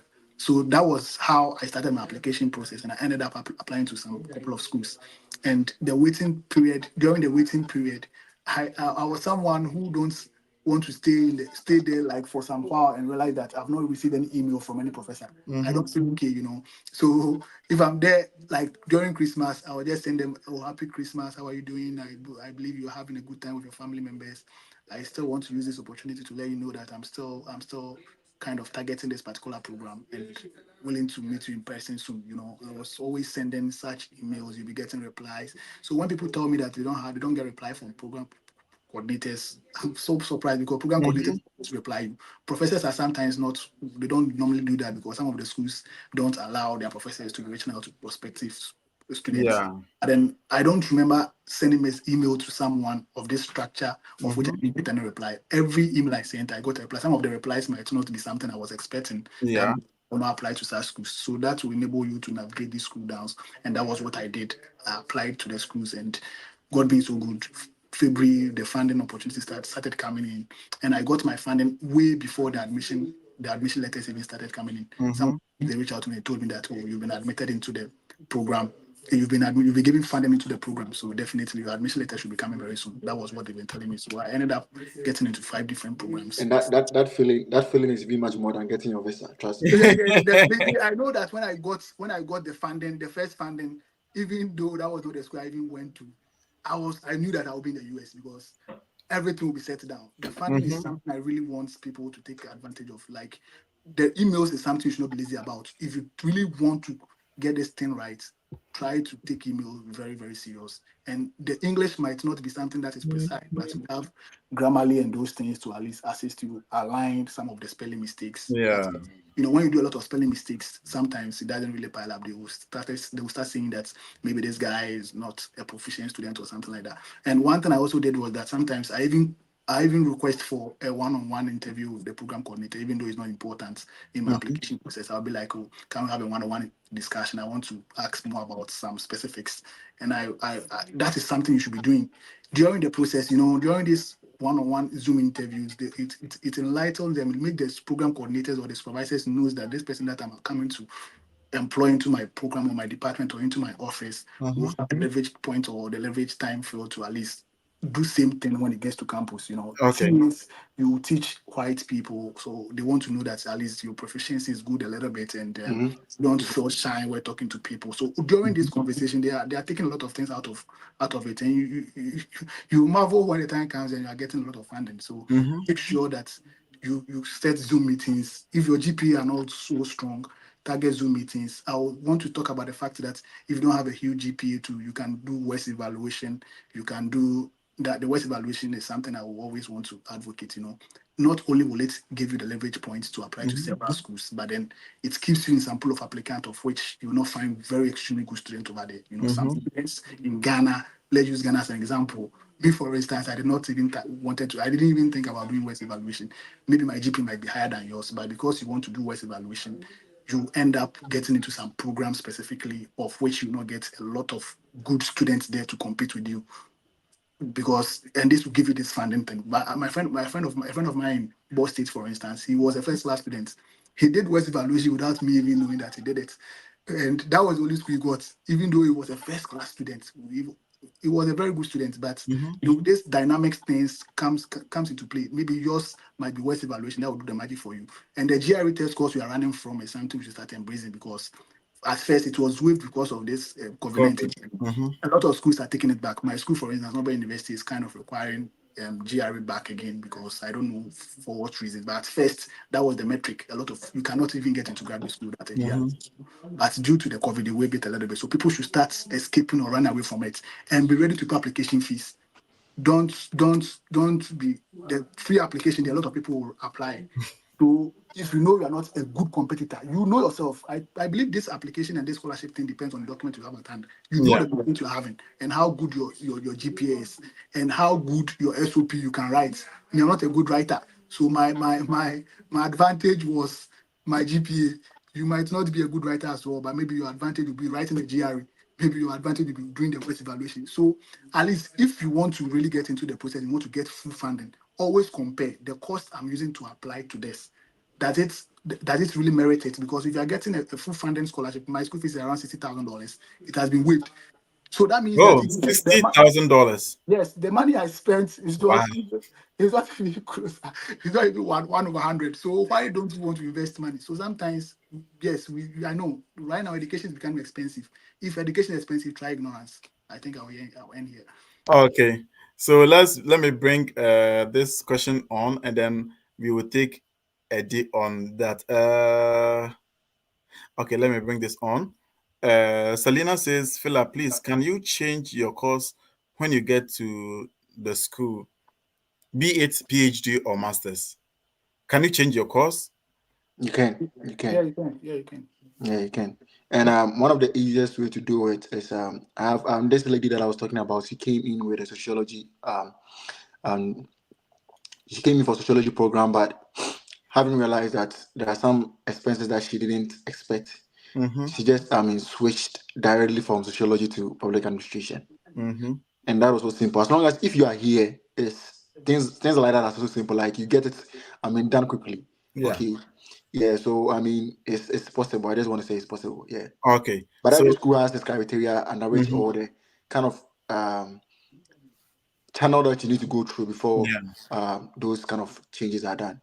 Okay. And So let me add this. The switching actually sometimes I will advocate that if you are switching, you don't switch entirely if you have a funding package from a department. You know, mm-hmm. sometimes you might be having a funding package from a math department and you are switching to a chemistry department. You should know that the funding will not follow you there. Yeah. So you should make sure you are cautioned about what you actually want to do. By the switching you can, but then it depends on the let's say the I don't know the merits you'll be getting alongside. You know, if Yeah. it's the merits you'll be getting switching from maths into chemistry, you get Okay. that full funding. Then I think you should do that. But if you are switching from an entirely different department to a different department and you think you don't get funding, I think you should.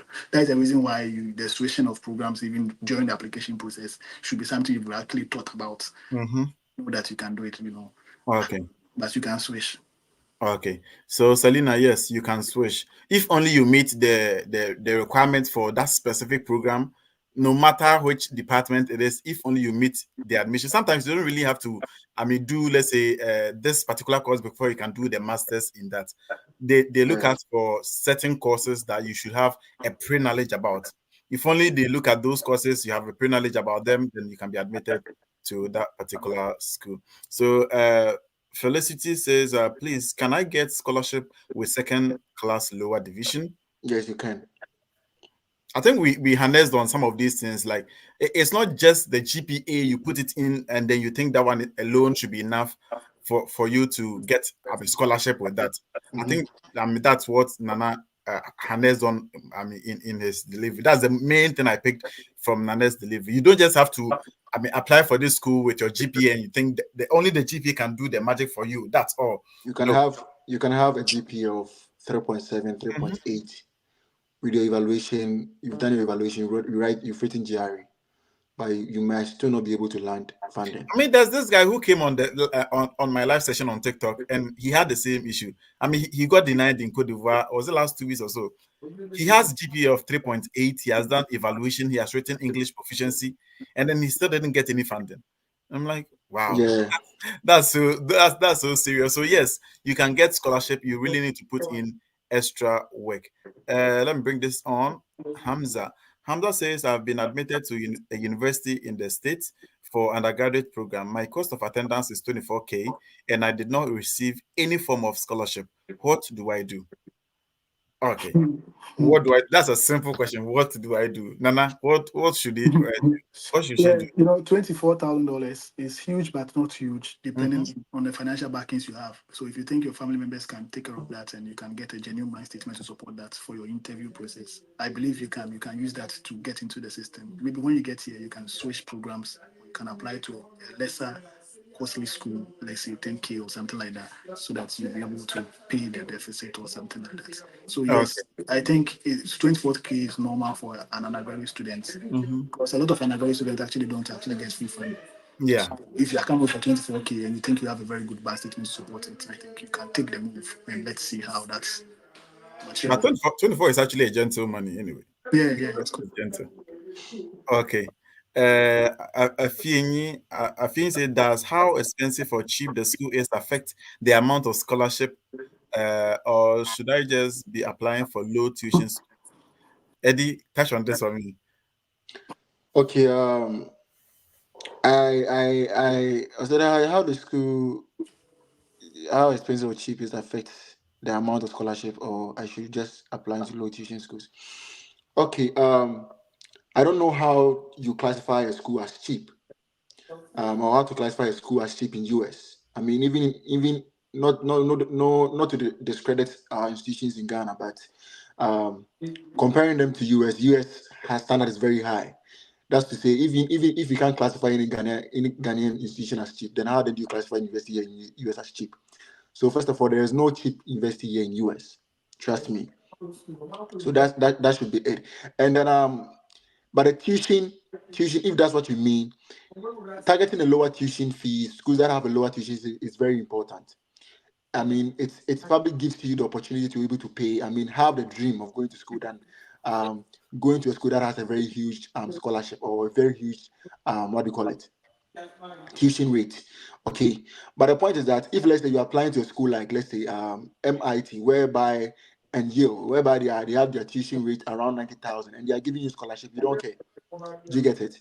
If you're applying to a school whereby they have the tuition as, let's say, 10,000, and you are supposed to pay the 10,000, that's what really matters. So you can target a school that has funding. If you get funding, regardless of their deficit, you don't care, because here lies the case where I don't really care about the fees that people are paying, because I don't think my fees is being taken care of. So I don't care to know the amount that I was supposed to pay. Do you get it?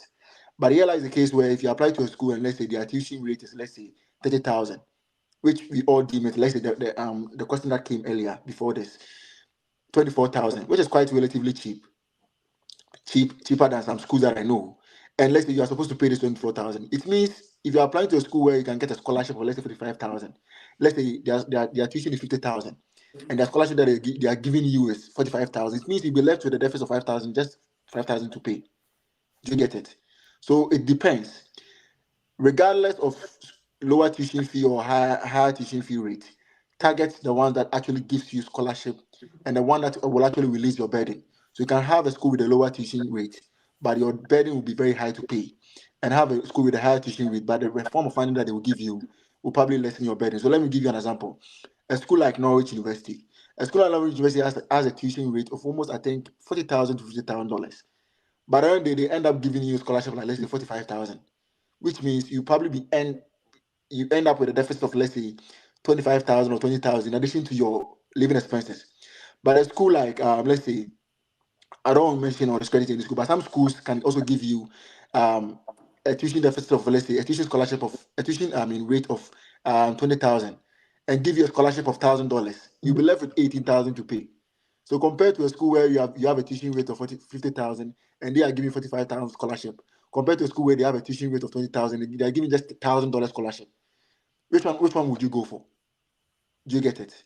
So that's how you should probably differentiate which one of them will be best or not. But as in cheap, as in if there's any cheap school in US, no, I don't think there's any cheap school in US. But in terms of teaching in that regard, that's how it is. Okay. Let's bring Enoch says, is it possible to get assistantship job in another department? Let It's, me. it's, it's greatly possible. It's Okay. greatly possible, yes. You can probably get another assistantship job in this department. And in specific to which kind of assistantship are you looking for? That's the question. Mm-hmm. So are you looking for a teaching assistantship? Are you looking for, let's say, a research assistantship? Are you looking for this? So you can probably land these assistantships anywhere. And I think maybe I'll probably come to that, but it's possible, yeah, for now. Oh, okay. Okay, Enoch is here again. Some schools, okay, let me bring this on. Emmanuel says some schools ask for transcript evaluation. How does that work? Wow, the transcript evaluation. I won't respond to this here. Kindly make sure you go and join or go and follow the TikTok page, because we have been talking about this over and over and over again. So today we are not going to discuss evaluation here. Kindly join the TikTok, the same name, Fila GHTV. Go to TikTok, search for it, and then you can enjoy other amazing content with regard to this. Please, I applied to a school. Wow, that's your school anyway. I applied to a school which requires you to upload proof of funds during the application, during the application process, and I uploaded a scholarship letter from my company, does that affect my chance of getting assistantship? Nana, touch on this for me. He uploaded a scholarship letter from the company to the school. Would that affect him getting assistantship in the school? I don't know what she means by uploading an assistantship letter from a school. No, Maybe a scholarship letter. is it a It's batch? like the company has given him a scholarship. Yeah, I know about that, but then during when you are attaching letters to, let's say, for this proof of fund things, they mostly want bank statements to confirm Mhm. that you can pay for it. So I don't know if the school actually accepted the scholarship letter from the company. But then if she want to specify that if the bank statement is coming from a company, then I think it has if you qualify, the assistantship and the admission is independent of each other. When you are being admitted into the program, you stand a chance, your documentations are put into the applicant's pool. Some of the school actually want to know that they don't want to ask you of bank statement or, let's say, any funding attestation when you've gotten admission to the program already. They just want to go ahead and issue your I-20s. That's the reason why some of them will ask you about proof of funds or attestation or anything for during the application cycle.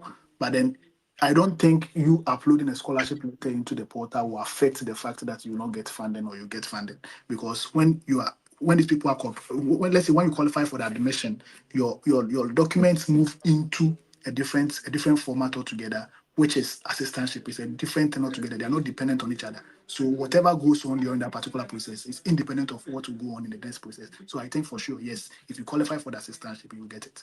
Okay. Is it Archibald, that is your response. Really, let's take this and then we can take Eddie on how he also got his fully funded scholarship.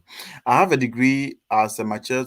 I think we have responded to this one Yeah, already. we have already. Okay, let's bring a Che on. Jesus, please, if you say fully funded scholarship, does it cover all your COA or only tuition? I think this is one important question. I was surely expecting someone to ask this question. So Che, nice bringing this particular question up. So Uh, let's touch on this. When you say fully funded scholarship, does it cover everything on your cost of attendance, or it covers only your tuition fee?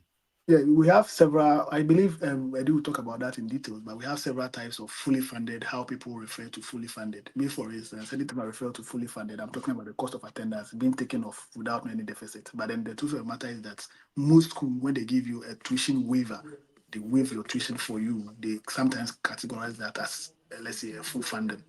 You understand that, because the deficit that will be left wouldn't be anything that you have to care much about. Yeah, Mm-hmm. because most of them come as the fact that it's an estimated living expenses. Yeah. And if your tuition has been covered and your estimated living expenses is there, if they say you should spend $20,000 and you can spend just $1,000, then that depends on you. So I think that if your tuition has been waived, people can categorize that as a fully funded scholarship. Yeah. Okay. Okay. So that is for Che. That is your response. Let's bring Eddie on and know how Eddie also got his fully. I'm really in. Yeah, I'm already on. I'm already on. Okay. Eddie, how I'm how already. how was your journey in getting your fully funded scholar? We are really inspired by some of the story. Like Nana has, I mean, made us know that it's Yeah. not just about putting your application in and going to sleep. The emails and the codings you have to put in those emails hmm actually hmm work. hmm Let's have your story. How did you end up getting your fully funded scholarship? Okay. Also, thank you very much. I mean, my journey was something that was I specifically planned when I was in level 200. Mm-hmm. So I'm personally I'm the type of person that I don't want things to come as a surprise. Okay. And so I always try to, even now that I'm having my masters, I've now started looking for, I'm just in my second semester, but I've started looking for places where I'll do my PhD, Mm-hmm. institutions where, and how to go about it. Okay. So I don't want things to take me by surprise when, I mean, I get there. Do you Mm-hmm. get it? So that's how come I started, in level 200. Someone will say, how did you start in level 200? So in level me, I always had the mindset of traveling about. Me, my friends that I went to Legon with will tell you, me, I always say me out after school, I need to travel. After school, I need to that's what I was saying. But the question was what route would I use? I only Mm-hmm. saw education to be the only route for me. That's it.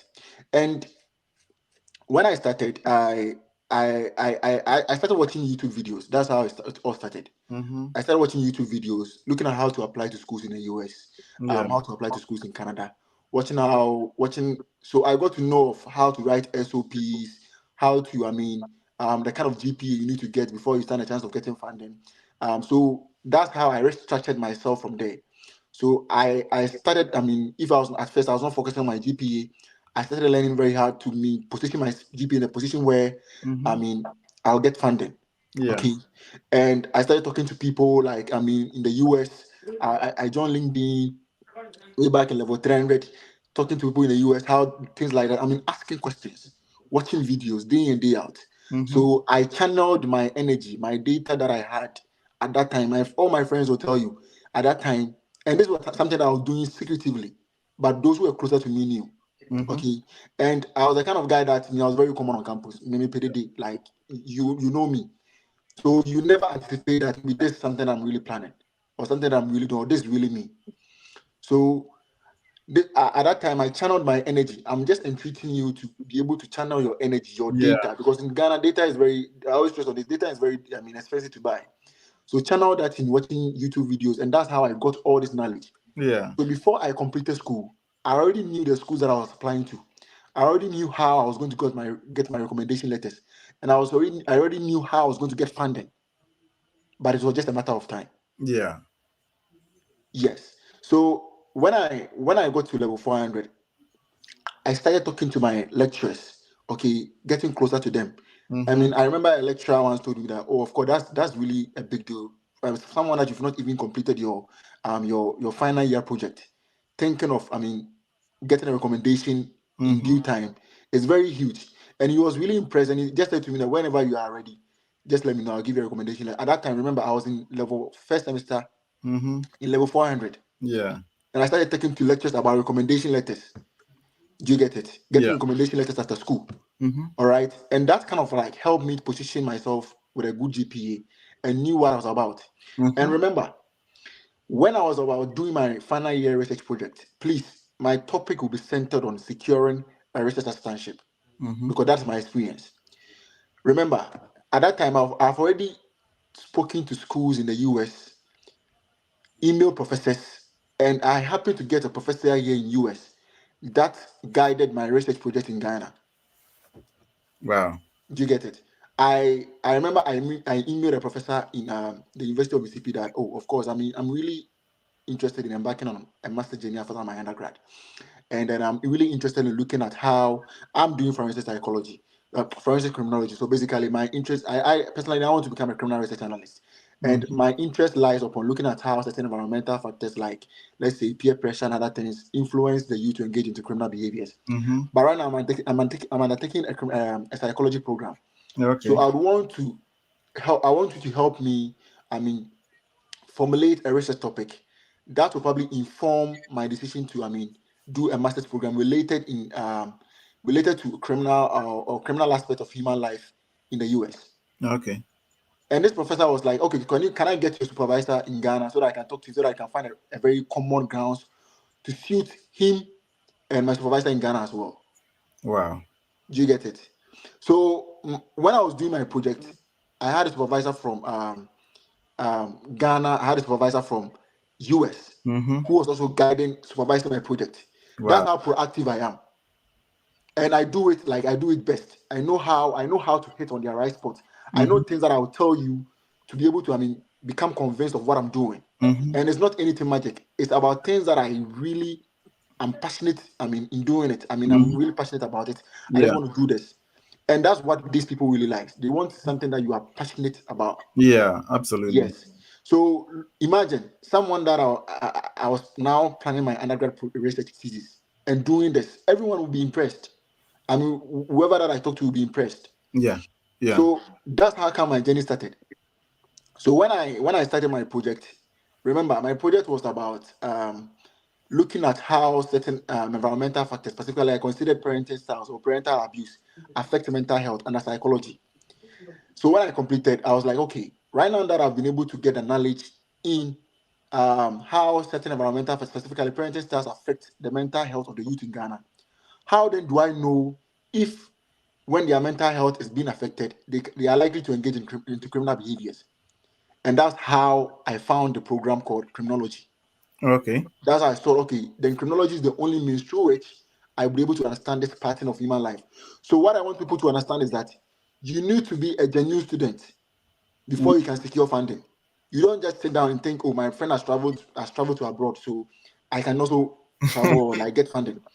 You need, even though you might have the mindset of coming here to search for greener pastures, but have the mindset as a student, as a credible student. Mm. That's how you'll be able to secure funding.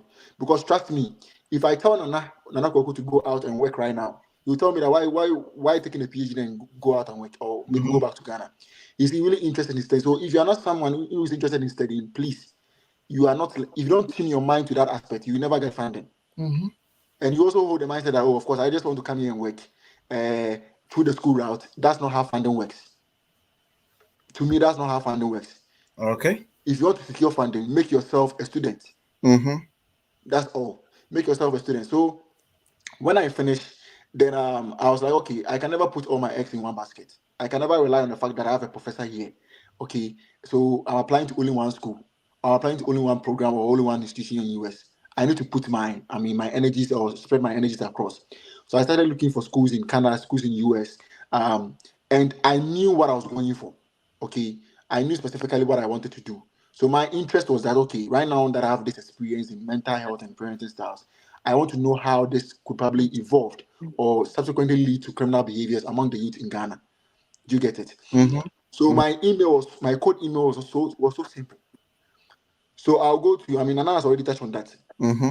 I'll go to, let's say, University of Arkansas. Then I'll go and look for lecturers who have an idea or doing a research related to, let's say, juvenile delinquency. If I say juvenile delinquency, I mean youth crimes like armed Yeah. robbery, theft, and all those kind related to the youth. Yeah. And I'll look for lecturers who are really interested in that areas. And I'll go like, oh, like what Nana did. Say, my name is Edmond from Ghana. I completed University of Ghana with a GP of so and so. And my research during my undergrad, I did a project in this and this and that, and I realized how parenting styles negatively affect the mental health in the youth in Ghana. But this time around, I just want to expand my knowledge in looking at how this subsequently leads to criminal behaviors among the youth. And having read your bio, I could tell your interest or your research interest aligns perfectly with mine, because you are really looking at, let's say, juvenile delinquency, which is something that I really want to do. Yeah. So if, let's say, you're a professor and I send you this email, it's so short and so concise.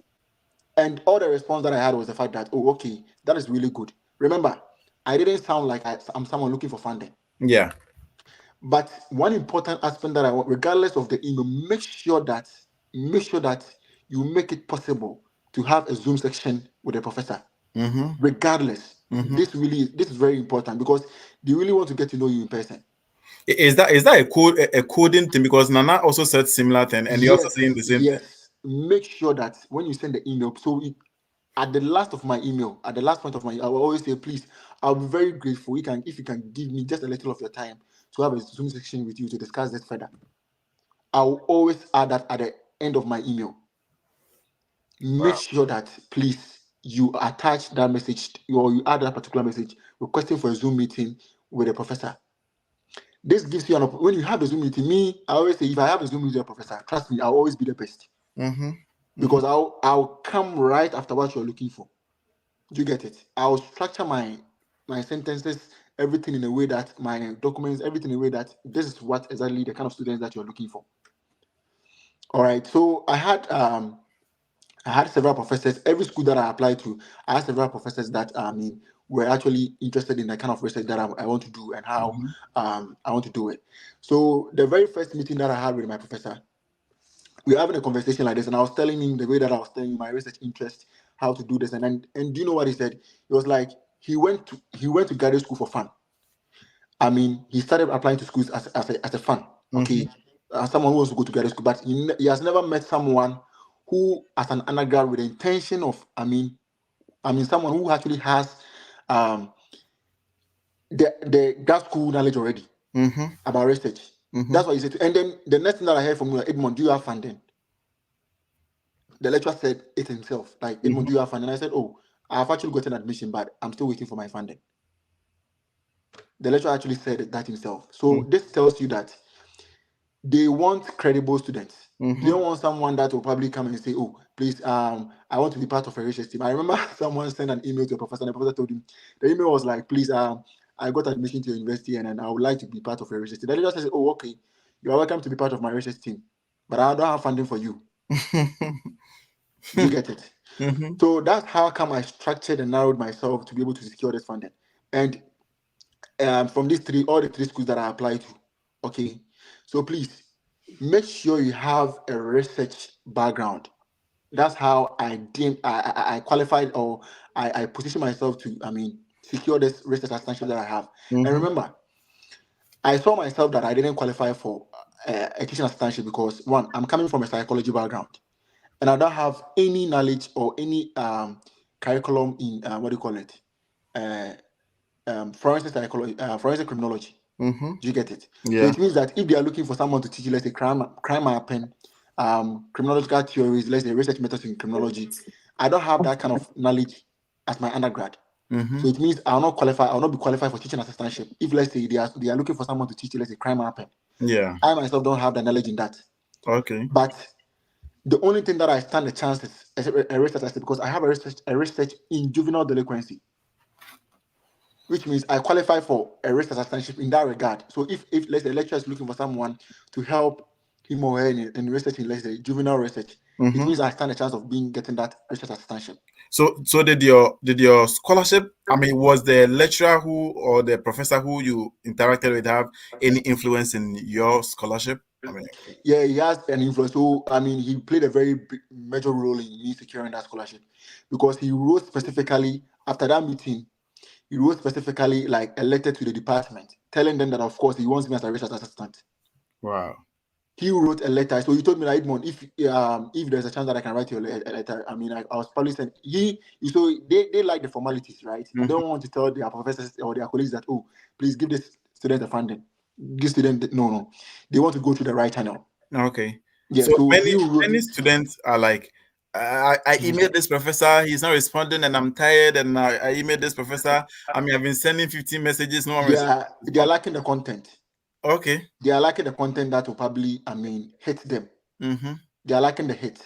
Nah, they are lacking the hit. You need to know their hit, and that's what I told me. And before I message the professor, I need to know what actually he might be looking for. So that means that the professors actually see those messages. Yes, they Not see that them. they don't see, they see, They but see them. it didn't They hit them. especially Canadian professors. They see them Okay. because in Canada, most of the admission, even before you get admission, they will tell you to get a professor first Mm-hmm. Yeah. before you apply. Mm-hmm. And most of them, they see your messages, but the fact is that they don't really see the relevance of your email, Yeah. so they will not reply. Mm-hmm. Let me tell you this funny thing. There is a professor that I'm currently taking his class in crime mapping, and that before I came to this institution, I was messaging. I didn't have funding initially because I knew for sure that in the spring I will not get funding. Mm-hmm. So during the spring, I was messaging him, please, can I get funding? Can you please? He's interested in biosocial criminology. So I was like, okay, since I'm interested in social criminology, I can probably add a biology aspect. Do you get it? Mm-hmm. And maybe reach out to him, and so that maybe he can also consider me if, let's say, I want to look at how the brain, I mean, really cause someone, damage in the brain can cause someone to engage in criminal behaviors. Mm-hmm. And specifically, me having a knowledge in social criminology, I just have to hide the biological background. Yeah. So that so I messaged this professor so many times. He didn't reply me. Trust me, he didn't reply me at all. And when I came here, I just asked like, Dr. Louise, I messaged her, Edmond, I saw these emails, but I was not really interested in replying because I didn't have any means to help you to get that funding. Mm-hmm. Mm-hmm. Do you get? So they see it. Yeah. They Yeah. see those messages that you send them. But the point is that you're not getting the right spot. Yeah. You are not hitting the right spot. And Okay. hitting the right spot is what I'm telling you. Go in as a genuine student. Mm-hmm. Let me tell you this. With a guy who has a GPA of 3.4, let's say you don't have any research. It's not everyone who did research during the undergrad. No, you'll be under research. I Mm-hmm. Yeah. understand. But this is what you can do. You can write an article, okay? Mm-hmm. You can write an article, maybe the issue of let's say political instability in Ghana. Yeah. All right. You have written about the democracy in Ghana. You can write an article. And you can, based on that article, you can secure funding. So let's say I wrote an article about, let's say, the democracy of let's say the 1992 constitution in Ghana. All right, an article on that, how relevant it is. And I have this article. I can message a professor in US, telling the professor that, oh, okay, dear sir, my name is, let's say, Edmond from University of Ghana. I completed University of Ghana last year, and I've actually written an article on the 1992 Constitution in Ghana. But this time around, I want to do a comparative analysis between US and Ghana. How, let's say, these you can probably blend this constitution to help, manage political instability here in Ghana or across West Africa. And you having let's say that this professor is working in let's say US Constitution. Yeah. His research is aligned towards or directed towards the Constitution of US. All right.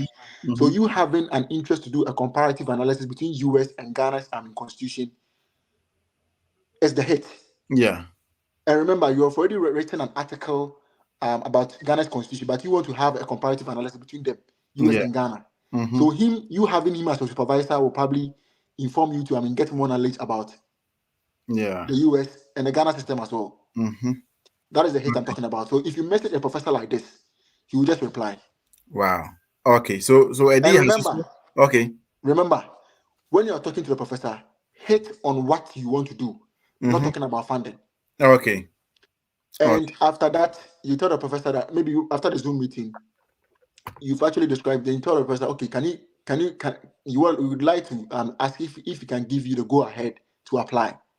When the professor gives you the go ahead to apply, that is it. So when they sit down, my supervisor will tell you that Edmond, when you sit down, your name has to ring in their ears. Yeah. Okay. So they'll be like, oh, Edmond messaged me some time ago about this and this and that, and we had a chat.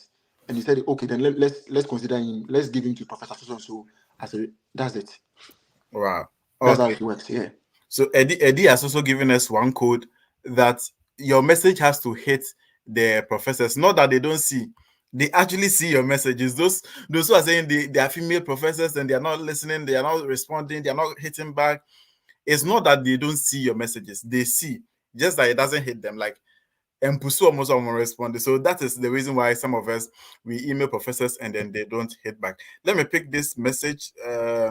Please, does masters CGPA matter when applying for PhD? Because I've 3.4. That's at the master's level, and then I've applied to a couple of them. Does masters CGPA matter when you're applying for a PhD? Nana, pick this for me. Nana, you're muted. Can you unmute?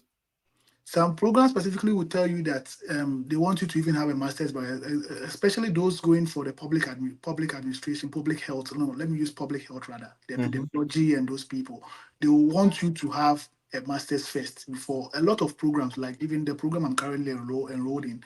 There are everybody's always almost having their masters, except me. I'm the one coming from a bachelor's background. So if you have a master's degree, then automatically, yes, it's a strong thing to do. You should apply with it and add your undergraduate also to it so that they will know that you've done an undergrad in this and you have a master's in this. And this shows progression. So you even have a upper hand than someone who is coming directly from a bachelor's degree. So I think if you have a master's, you should be enthused to apply for a PhD program. Okay. Afeni again says, what's the possibility of is it aging? Okay, let's say getting a fully funded scholarship without SAT score and English proficiency exams. I am in an English country, by the way. Okay, so what's the possibility of getting scholarship if you have not written a SAT score or English proficiency? So this is at the undergraduate level. I don't know if Nana, you want to pick this or Eddy wants to pick this for me. Getting scholarship as an international student at the undergraduate level without writing any test score and no English proficiency. How is the possibility? So this is what I want to tell people. If you don't want to put in the energy, you reap what you sow. Okay, this application process, there's no format like I don't know, there's no miracle to getting a scholarship. That's how I always say it. There's no miracle. There's no miracle like you sit down your home and then you just apply school and then the school tell you, please, we are giving you fully funded scholarship. There's no miracle. Nah.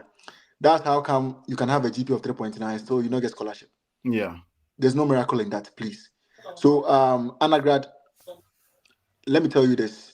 Um, Last year, I think Phil, I've always been telling you the story. Yeah. Last year, I just wanted to do an experiment with students I mean, fresh SHS students. I mean, SHS graduates. I mean, to apply to schools in US and come and study. So I selected at least 3 students from St. Louis and 2 students from who were actually having their undergrad in University of Ghana, just to perform an experiment with them to know what is the route that undergrad students or students who have actually left SHS will have the chance to study in the US as well.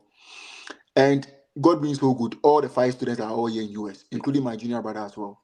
Wow. But the point is that they all wrote the SAT, with the exception of one guy that I mean, he has his way through, but he leveraged on the fact that he's so tall, so tall. Mm-hmm. He leveraged on the fact that he's come to play basketball, and they gave him the scholarship, and he came to US to study.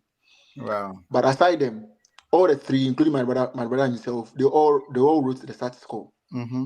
And that's how they all I mean landed their considerable funding, not fully funded in that manner, Yeah. but they had a funding that could probably fetch them their visa and Mm-hmm. also have a very comfortable stay here in the US. Yeah.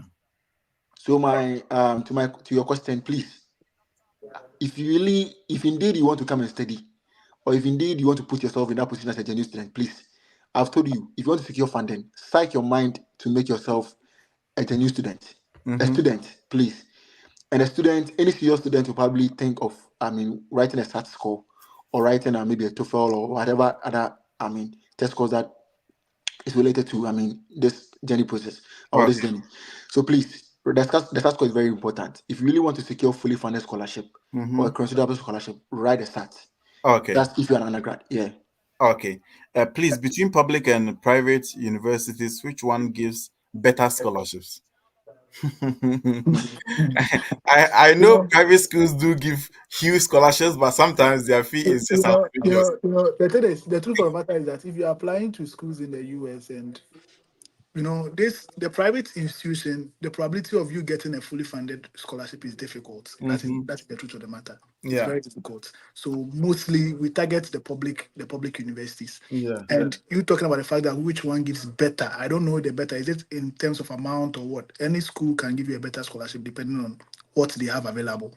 So yes, you can apply to a public university, and your chances of getting a scholarship is very high compared to that of a private school. That is what I can say to that. But then being it better or not better depend on the program you're enrolled in and the scholarship they have available to be delivered to people. Okay. Okay. So basically, what I know and what I was saying is that for many of the private schools I know, they will give you a huge scholarship anyway. You can get like 50,000 scholarship, but you still have 30,000 to pay. They can give you $40,000 scholarship, and you still have like 40 something dollars to pay. So yes, I mean, governments, those public schools will surely be the ideal one for you. Okay, so this person says that please, can you people give us insight on how well to structure the academic CV and SOP? Well, this will be for another time, but then try Godfrey, try to join the TikTok live sessions, because you if you're not there, you're really missing a lot. I mean, we won't be able to discuss this whole thing today. Other than that, we will be drifting from our focus today. So Godfrey, kindly join the TikTok. Go to my page, the same name you see here, Fela GHTV. Go to TikTok and subscribe, and then let's talk there more. Let me pick this one. Okay, so could you give me some scholarship links for undergraduate international students? Link. I don't think there's anything like link. Okay, I Are mean, there, are there links? scholarship to apply. I think that's what he Yeah. or she is trying to say. Is okay? Meaning that is from the external point of view, like external Yeah. scholarships. Okay, for external scholarship, is there any you would want Darius to go and apply? You can try Fulbright scholarship. Okay. You can also try internationalstudents.com Mm-hmm. scholarships or scholarship .com. You can Okay. also try that one. And then they have I think the last time I don't know, I posted most of them under your life. Mm-hmm. But I think these are the two that I can actually think of right now. But there are a whole lot of scholarships that you can apply, and then you can narrow down your search with the AI. to help you. I mean, find some scholarships to that too as well. Yeah. Oh, okay. And most of the times you can find some of these things under the schools where they will list your tuition fee. Mostly when you go down, you see scholarships, and then many Mm-hmm. schools will list external scholarships available to Exactly. students. So you can also get some of these So things. the person can equally shoot his or her advisors an email regarding Mm-hmm. regarding scholarship that they have available, being it external or internal scholarship. Yeah. Okay, let me bring this on. Hey, you added bra to Fila. Anyway, that's an interesting name. Okay, so Fila is it possible to get scholarships in MSc biomed? Is it biomedical? Yeah, biomedical lab science with pathology. Wow, that's a very specific program you're talking about with GP of 3. I don't think your case is so different from what you are discussing. I'm here today because 3.5 is a very good GPA, and your program is also in the medicine or whatever field, which is also one very key or one hotspot area for getting scholarship. So I think yes, you can get scholarship in that uh, respect. Let me bring this on. Phila, please. I did MBA Total Quality Management at UPSA. Can I apply for PhD psychology? Wow. I don't know how the MBA will really resonate into the psychology. But you are in the psychology. Is there any possibility for MBA students to do PhD in psychology? MBA to do PhD in psychology. Mm-hmm. I mean, psychology is very broad. So MBA student can do a PhD in organizational psychology. Mm-hmm. Yeah, whereby you specifically be in charge and seeking to the welfare of the people in the organization. I mean, Mm-hmm. so I mean, there's an opportunity like that. Yeah, Okay. you can target specifically schools that offer PhD concentration in what do you call it? Organizational psychology. Yeah, you can. Okay. Okay. Let me bring this person's on. Is that please? What's the evaluation companies? Is it only West? Oh, just I mean, I think this Chat GPT, Google can really help you in this. Nana, please, when you got the scholarship, the PhD is how many years? Okay, the PhD is how many years? And you do you do the masters first and continue with the PhD, or you I go think straight. she's asking if she Okay, did okay, master's first before PhD, okay. So or Anana, you go he's straight into asking you: Are PhD. you doing the masters and continue the PhD, or you are doing the PhD directly? Some schools will tell you that when you enroll into their PhD program, you gain the masters along the line. Mm-hmm. After the second year, you'll be given your master's program, your Yeah. master's case, which shows that you've done your master's, but you are still continuing with the PhD. But Mm-hmm. some of them, it's a straight PhD, which is 5 years. You won't be given any masters along the line. So that means that you should be resilient if you want. Me, for instance, my school, for instance, if you want to quit the PhD program after your first year, you should start finding a research topic. You should get involved in research so that you can graduate, because you can only graduate if you have a thesis written down. So if Mm-hmm. you know that during your after the second year you want to end, you don't want to continue again, then you have to do a thesis work before you can quit the PhD. Other than that, you continue till you finish. But me, for instance, I'm adding data science to it. So I'll get a master's in data science along the line before getting the PhD. Hey, That's Nana, open school. opportunities. It's all about opportunities. Open school too much. Open school. Open school. Okay, let me bring this person on. Patience says, Philip, please, can undergraduate student get fully funding? Yes, undergraduate student can. Just that it's not common. I remember I presented one of these schools on TikTok that they have actually stated the GPA you need, a GPA of 3.9 to 4.0, and then they stated the specific test score you need to get in SAT, the result you need to get in SAT, and if only you meet that criteria, you get fully funded scholarship. It takes everything: housing, food, tuition, everything. So yes, I mean, just that it's not common like the way we see master's student or PhD student getting Yeah, a yeah. lot of fully funded scholarship. It's not that common in at the undergraduate level, but it is also possible. But sometimes you need to get extremely, I mean, good or better GPA and test score before you can get. I mean, it's more or less like you can't really run away from test scores, especially at the undergraduate level. If you are really interested in scholarship, and I've always been saying this over and over again, if you are interested in scholarships as an undergraduate student, then you can't run away from writing test scores. These are very, very important.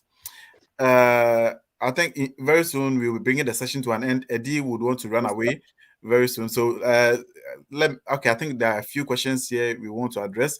Can I get full scholarship for undergraduate? I think we have responded to this. Nana, please, when you we have responded to this one also. Okay, let me bring up Becca.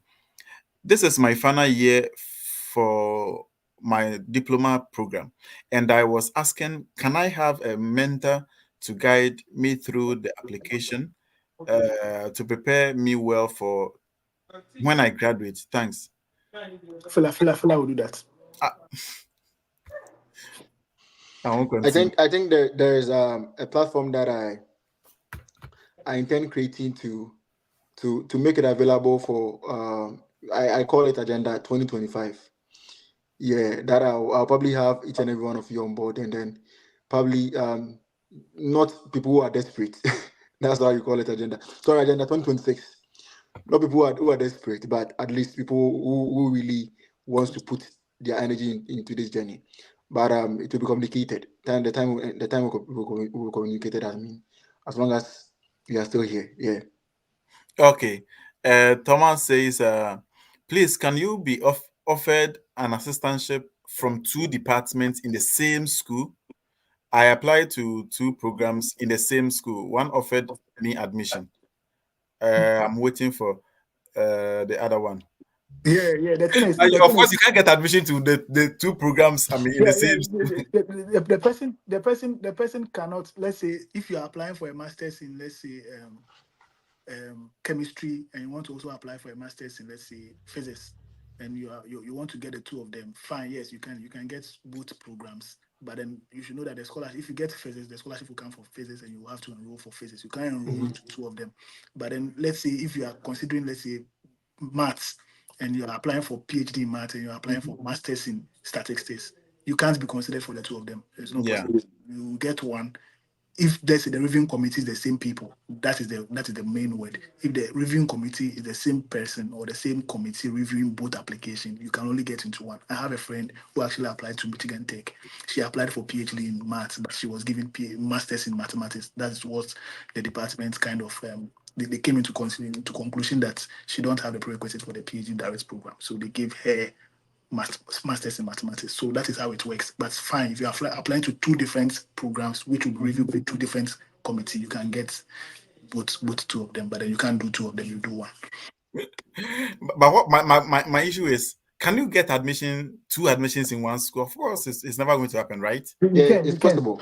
It's possible. How? Department, yeah, you can get admission at, let's say, let's say the business school, and you can also get admission at the sociology department. Yeah, you can. You can, yeah. Then you have to divide yourself into two and go to. No, you can't do two of them. You enroll in one. Okay. Sheila says, Eddie, I'm inspired. I'm in level 400 currently. Is it too late to start the process? I'm studying human resource management. I want to get into law. Okay, I don't know if Sheila is still around, but Sheila is not. This is the right time for you. Okay, this is the right time for you to know where to channel your energy, where to how to redirect yourself. This is a proper time for you. So you said you study human resource management, and you want to go into law. Trust me. Maybe for all you know, I don't know. I don't know if she sound like someone coming from University of Ghana Business School. Maybe she's rich. You can see people's message, you know where they're coming from. Yeah. Maybe she's rich. I mean, she's not like someone coming from University of Ghana Business School. The point is that there's a right time for you, because there's a right time for you to look for schools. Okay, how to embark on a journey, your journey of becoming a lawyer. Okay, now you can focus on looking at schools here in the US, Canada, in Europe. That is actually where you think you can probably fit yourself as a business student. Okay, a business student. But remember, in Ghana self, the law admission is not even easy, let alone the US.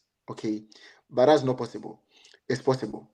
You can look for schools here in the US that is actually offering law right now. Currently, the kind of, I don't know if you want to do criminal law in the property law, whichever kind of field that you want to go into. So you can look for schools that actually is doing those kind of programs, okay, the law programs that you want to offer, and look for the fact that if they have scholarship or not, and look, because most of the law programs here in the US comes with external scholarship. They don't really have that kind of intensive internal scholarship over there. Do you get it? Like the other related programs. So you can embark on that journey. And I think that as a matter of fact, they might have some entrance exams that you need to write. Okay. So the most important thing for you right now is to start looking for schools here in the US. You can look for schools in Canada, and then make sure you ask them as the requirement that you need to, I mean, settle before you can enroll or get admission first in their law program or into their law schools.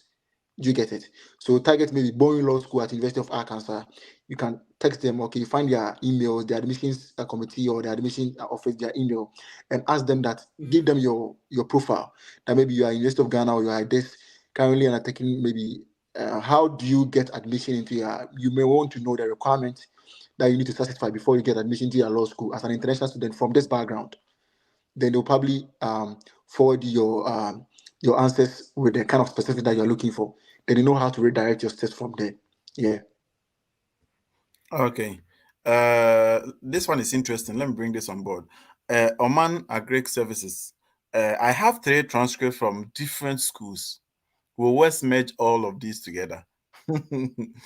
Wow. Why are you, excuse the language, why are you being a prostitute of schools?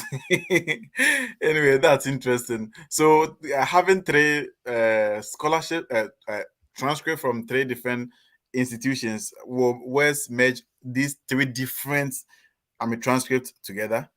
It all depends. It all depends on what levels was this three transcripts. Mhm. Let's assume that you have your diploma, let's say HND, and you've done a Mhm. top up. You can merge the two of them together to give you a bachelor's degree. But Yeah.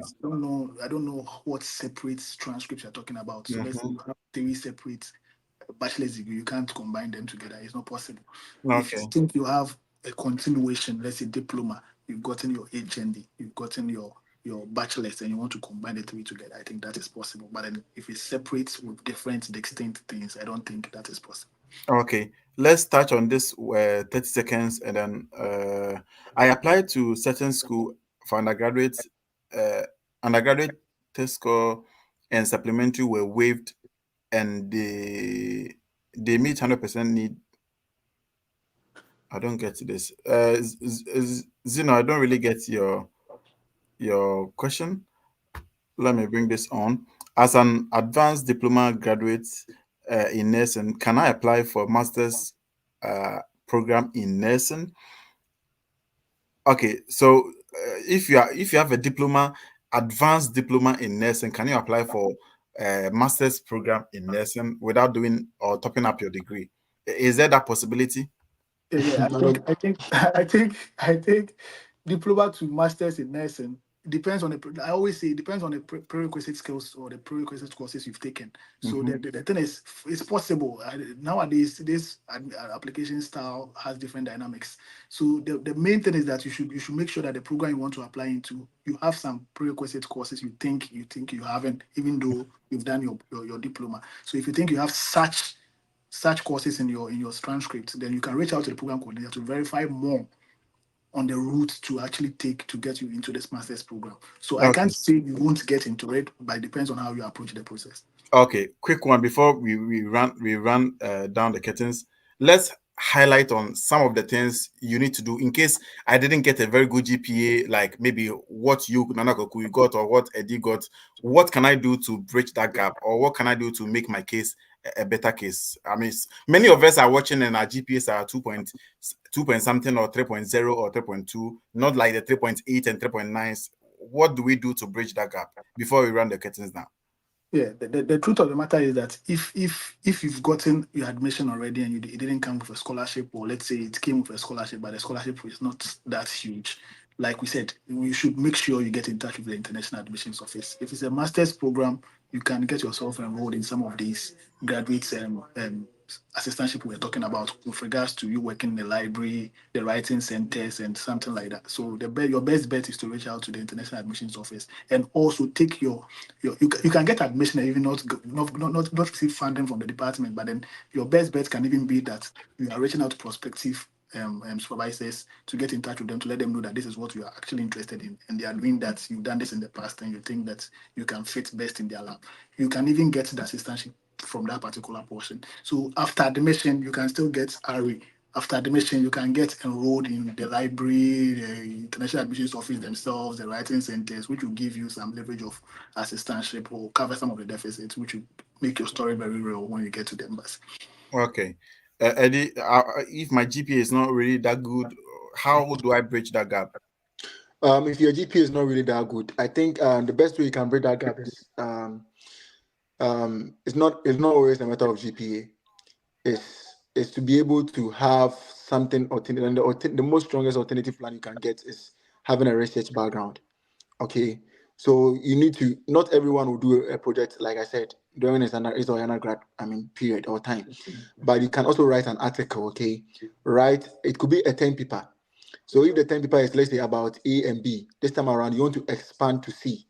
Okay, if the 10 paper is about, let's say about children under the age of 10 years.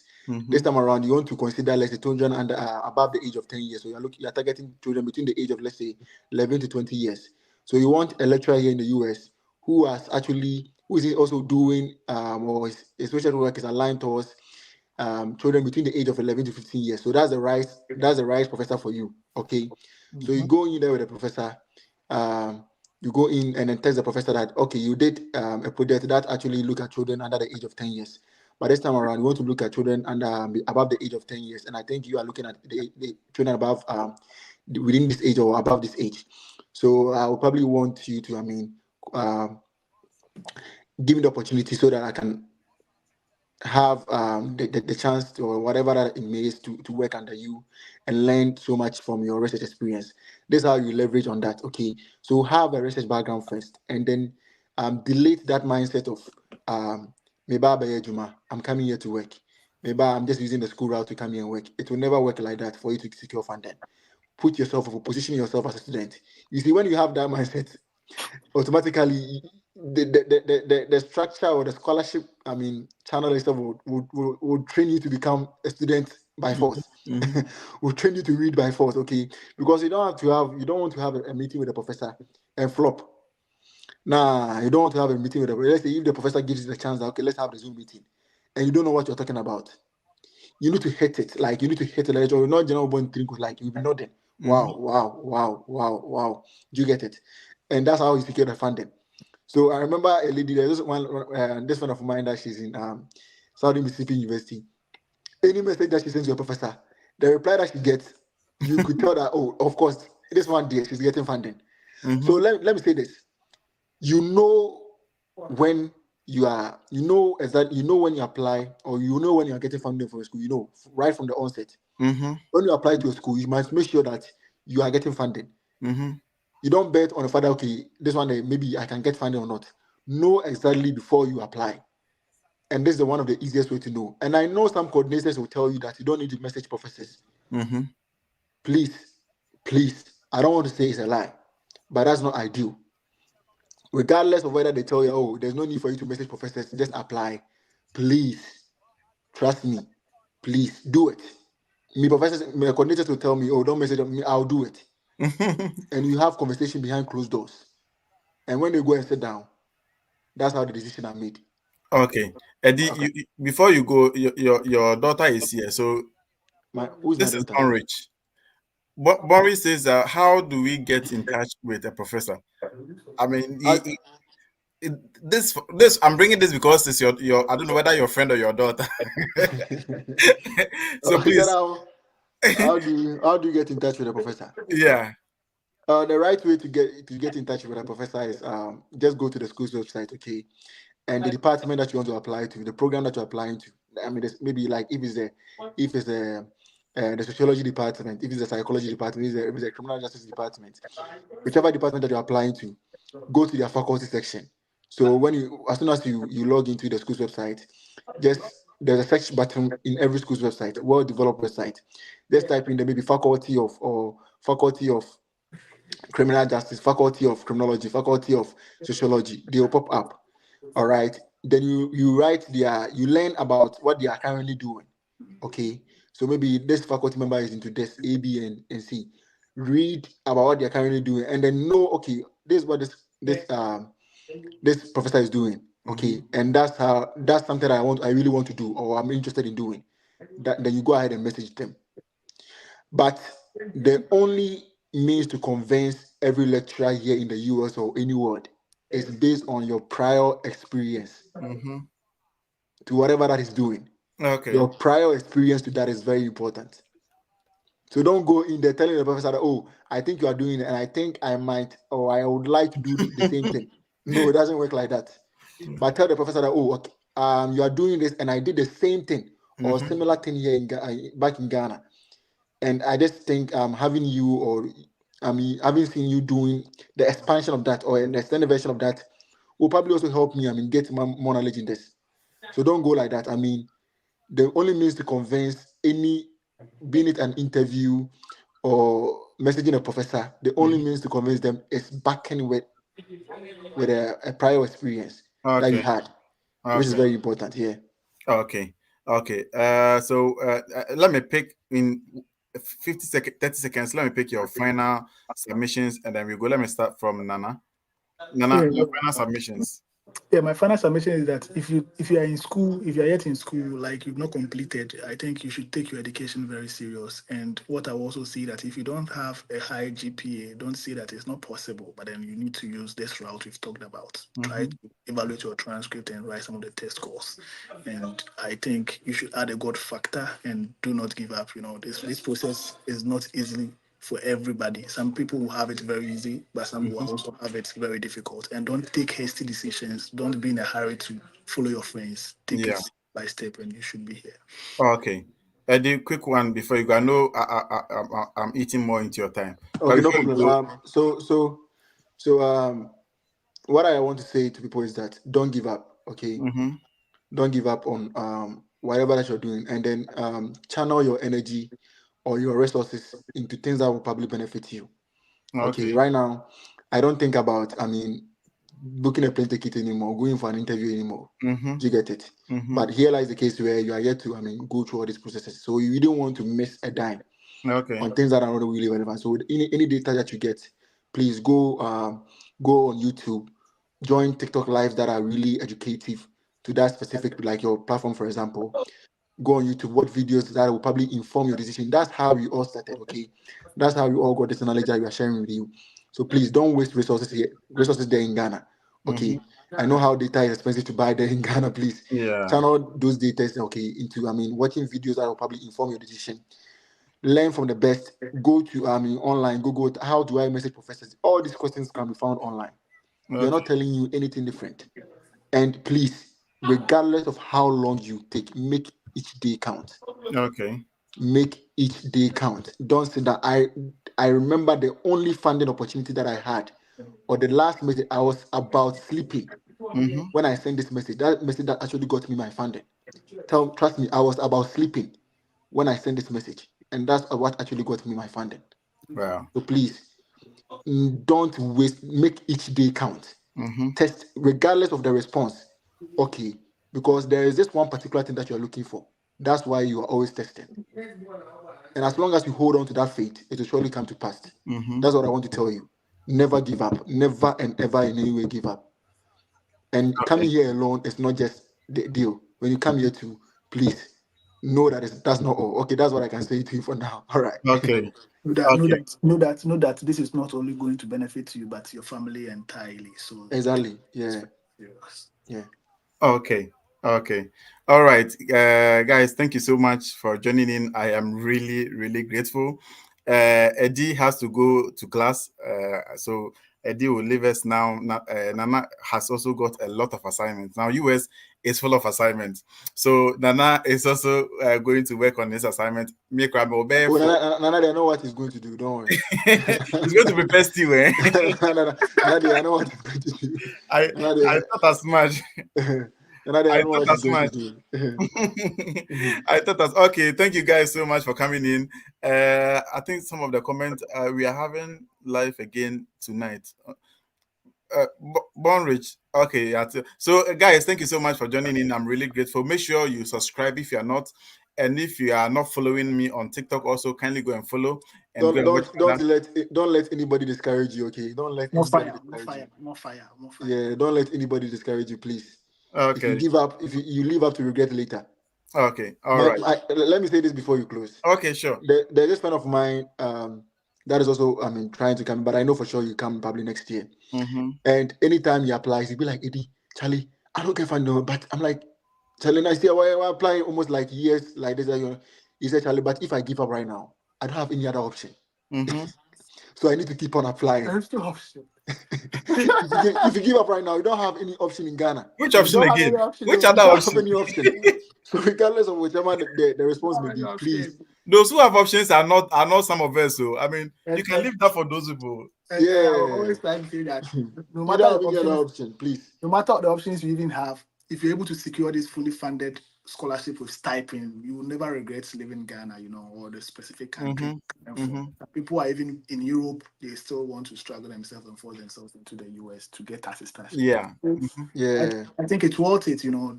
Nothing is for free, so you need to put in And something. ask, you need to ask. Yeah, you need to ask That too. is input and output. Mm-hmm.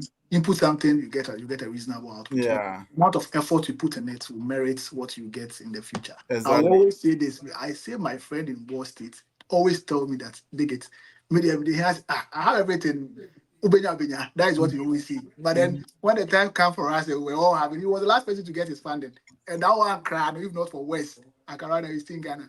Yeah. Brilliant student, but he was not trying to use the right channels we were using. Mm-hmm. So no matter how brilliant you are, you need to explore all options. Use the assistantship route, reach out to professors. You can reach out to the coordinators, use the GT. So use several routes. You realize that Charlie, more funding will be coming, and that is when you sit down to see that, oh, let me choose this or let me choose that. Other than Okay. you just have one option, you have no option. You have to go to that place by force. Okay. All right. Okay. So guys, please make sure you are putting in the effort. It's not easy. I mean, in a part of the world, enough from sir. So if you have an internet, you have data, you have a phone, you have a laptop, you can do that research. Kindly put in the work, and it will surely pay off. So we will end it here for today. Efia says we should take roll call. I don't know. No, no, no, no. So I mean, Phila, I'll probably leave you. You probably, Sure. Yeah, I mean, you're in it, so I'm leaving Leven as well. Sure. so surely we see Maybe you guys. catch you some other time. Okay. All Yeah, right. Thank you so much for joining in. I really appreciate. you're welcome. Okay. All right, guys. Thank you so much for joining in, and I would love to see you another time on another live session. Efia says we should take Roko. Efia, I don't know when is the next session. I'm not so sure, but then I mean, if there is anytime there's going to be any other session, we will put it on the platforms. We will share it. We will circulate it, so you get to know. So yeah, that will be the next time you have another session. If you want if you let me, if you are still on, let me hear from you. Yes, so roll call. How do I even keep this roll call thing? If you, how do I do this roll call thing? I don't know. I don't know how I should do this roll call thing. Anyway, I don't think we need to do a roll call now. We will do the roll call on the TikTok session. Thank you guys. Have a wonderful day. Bye.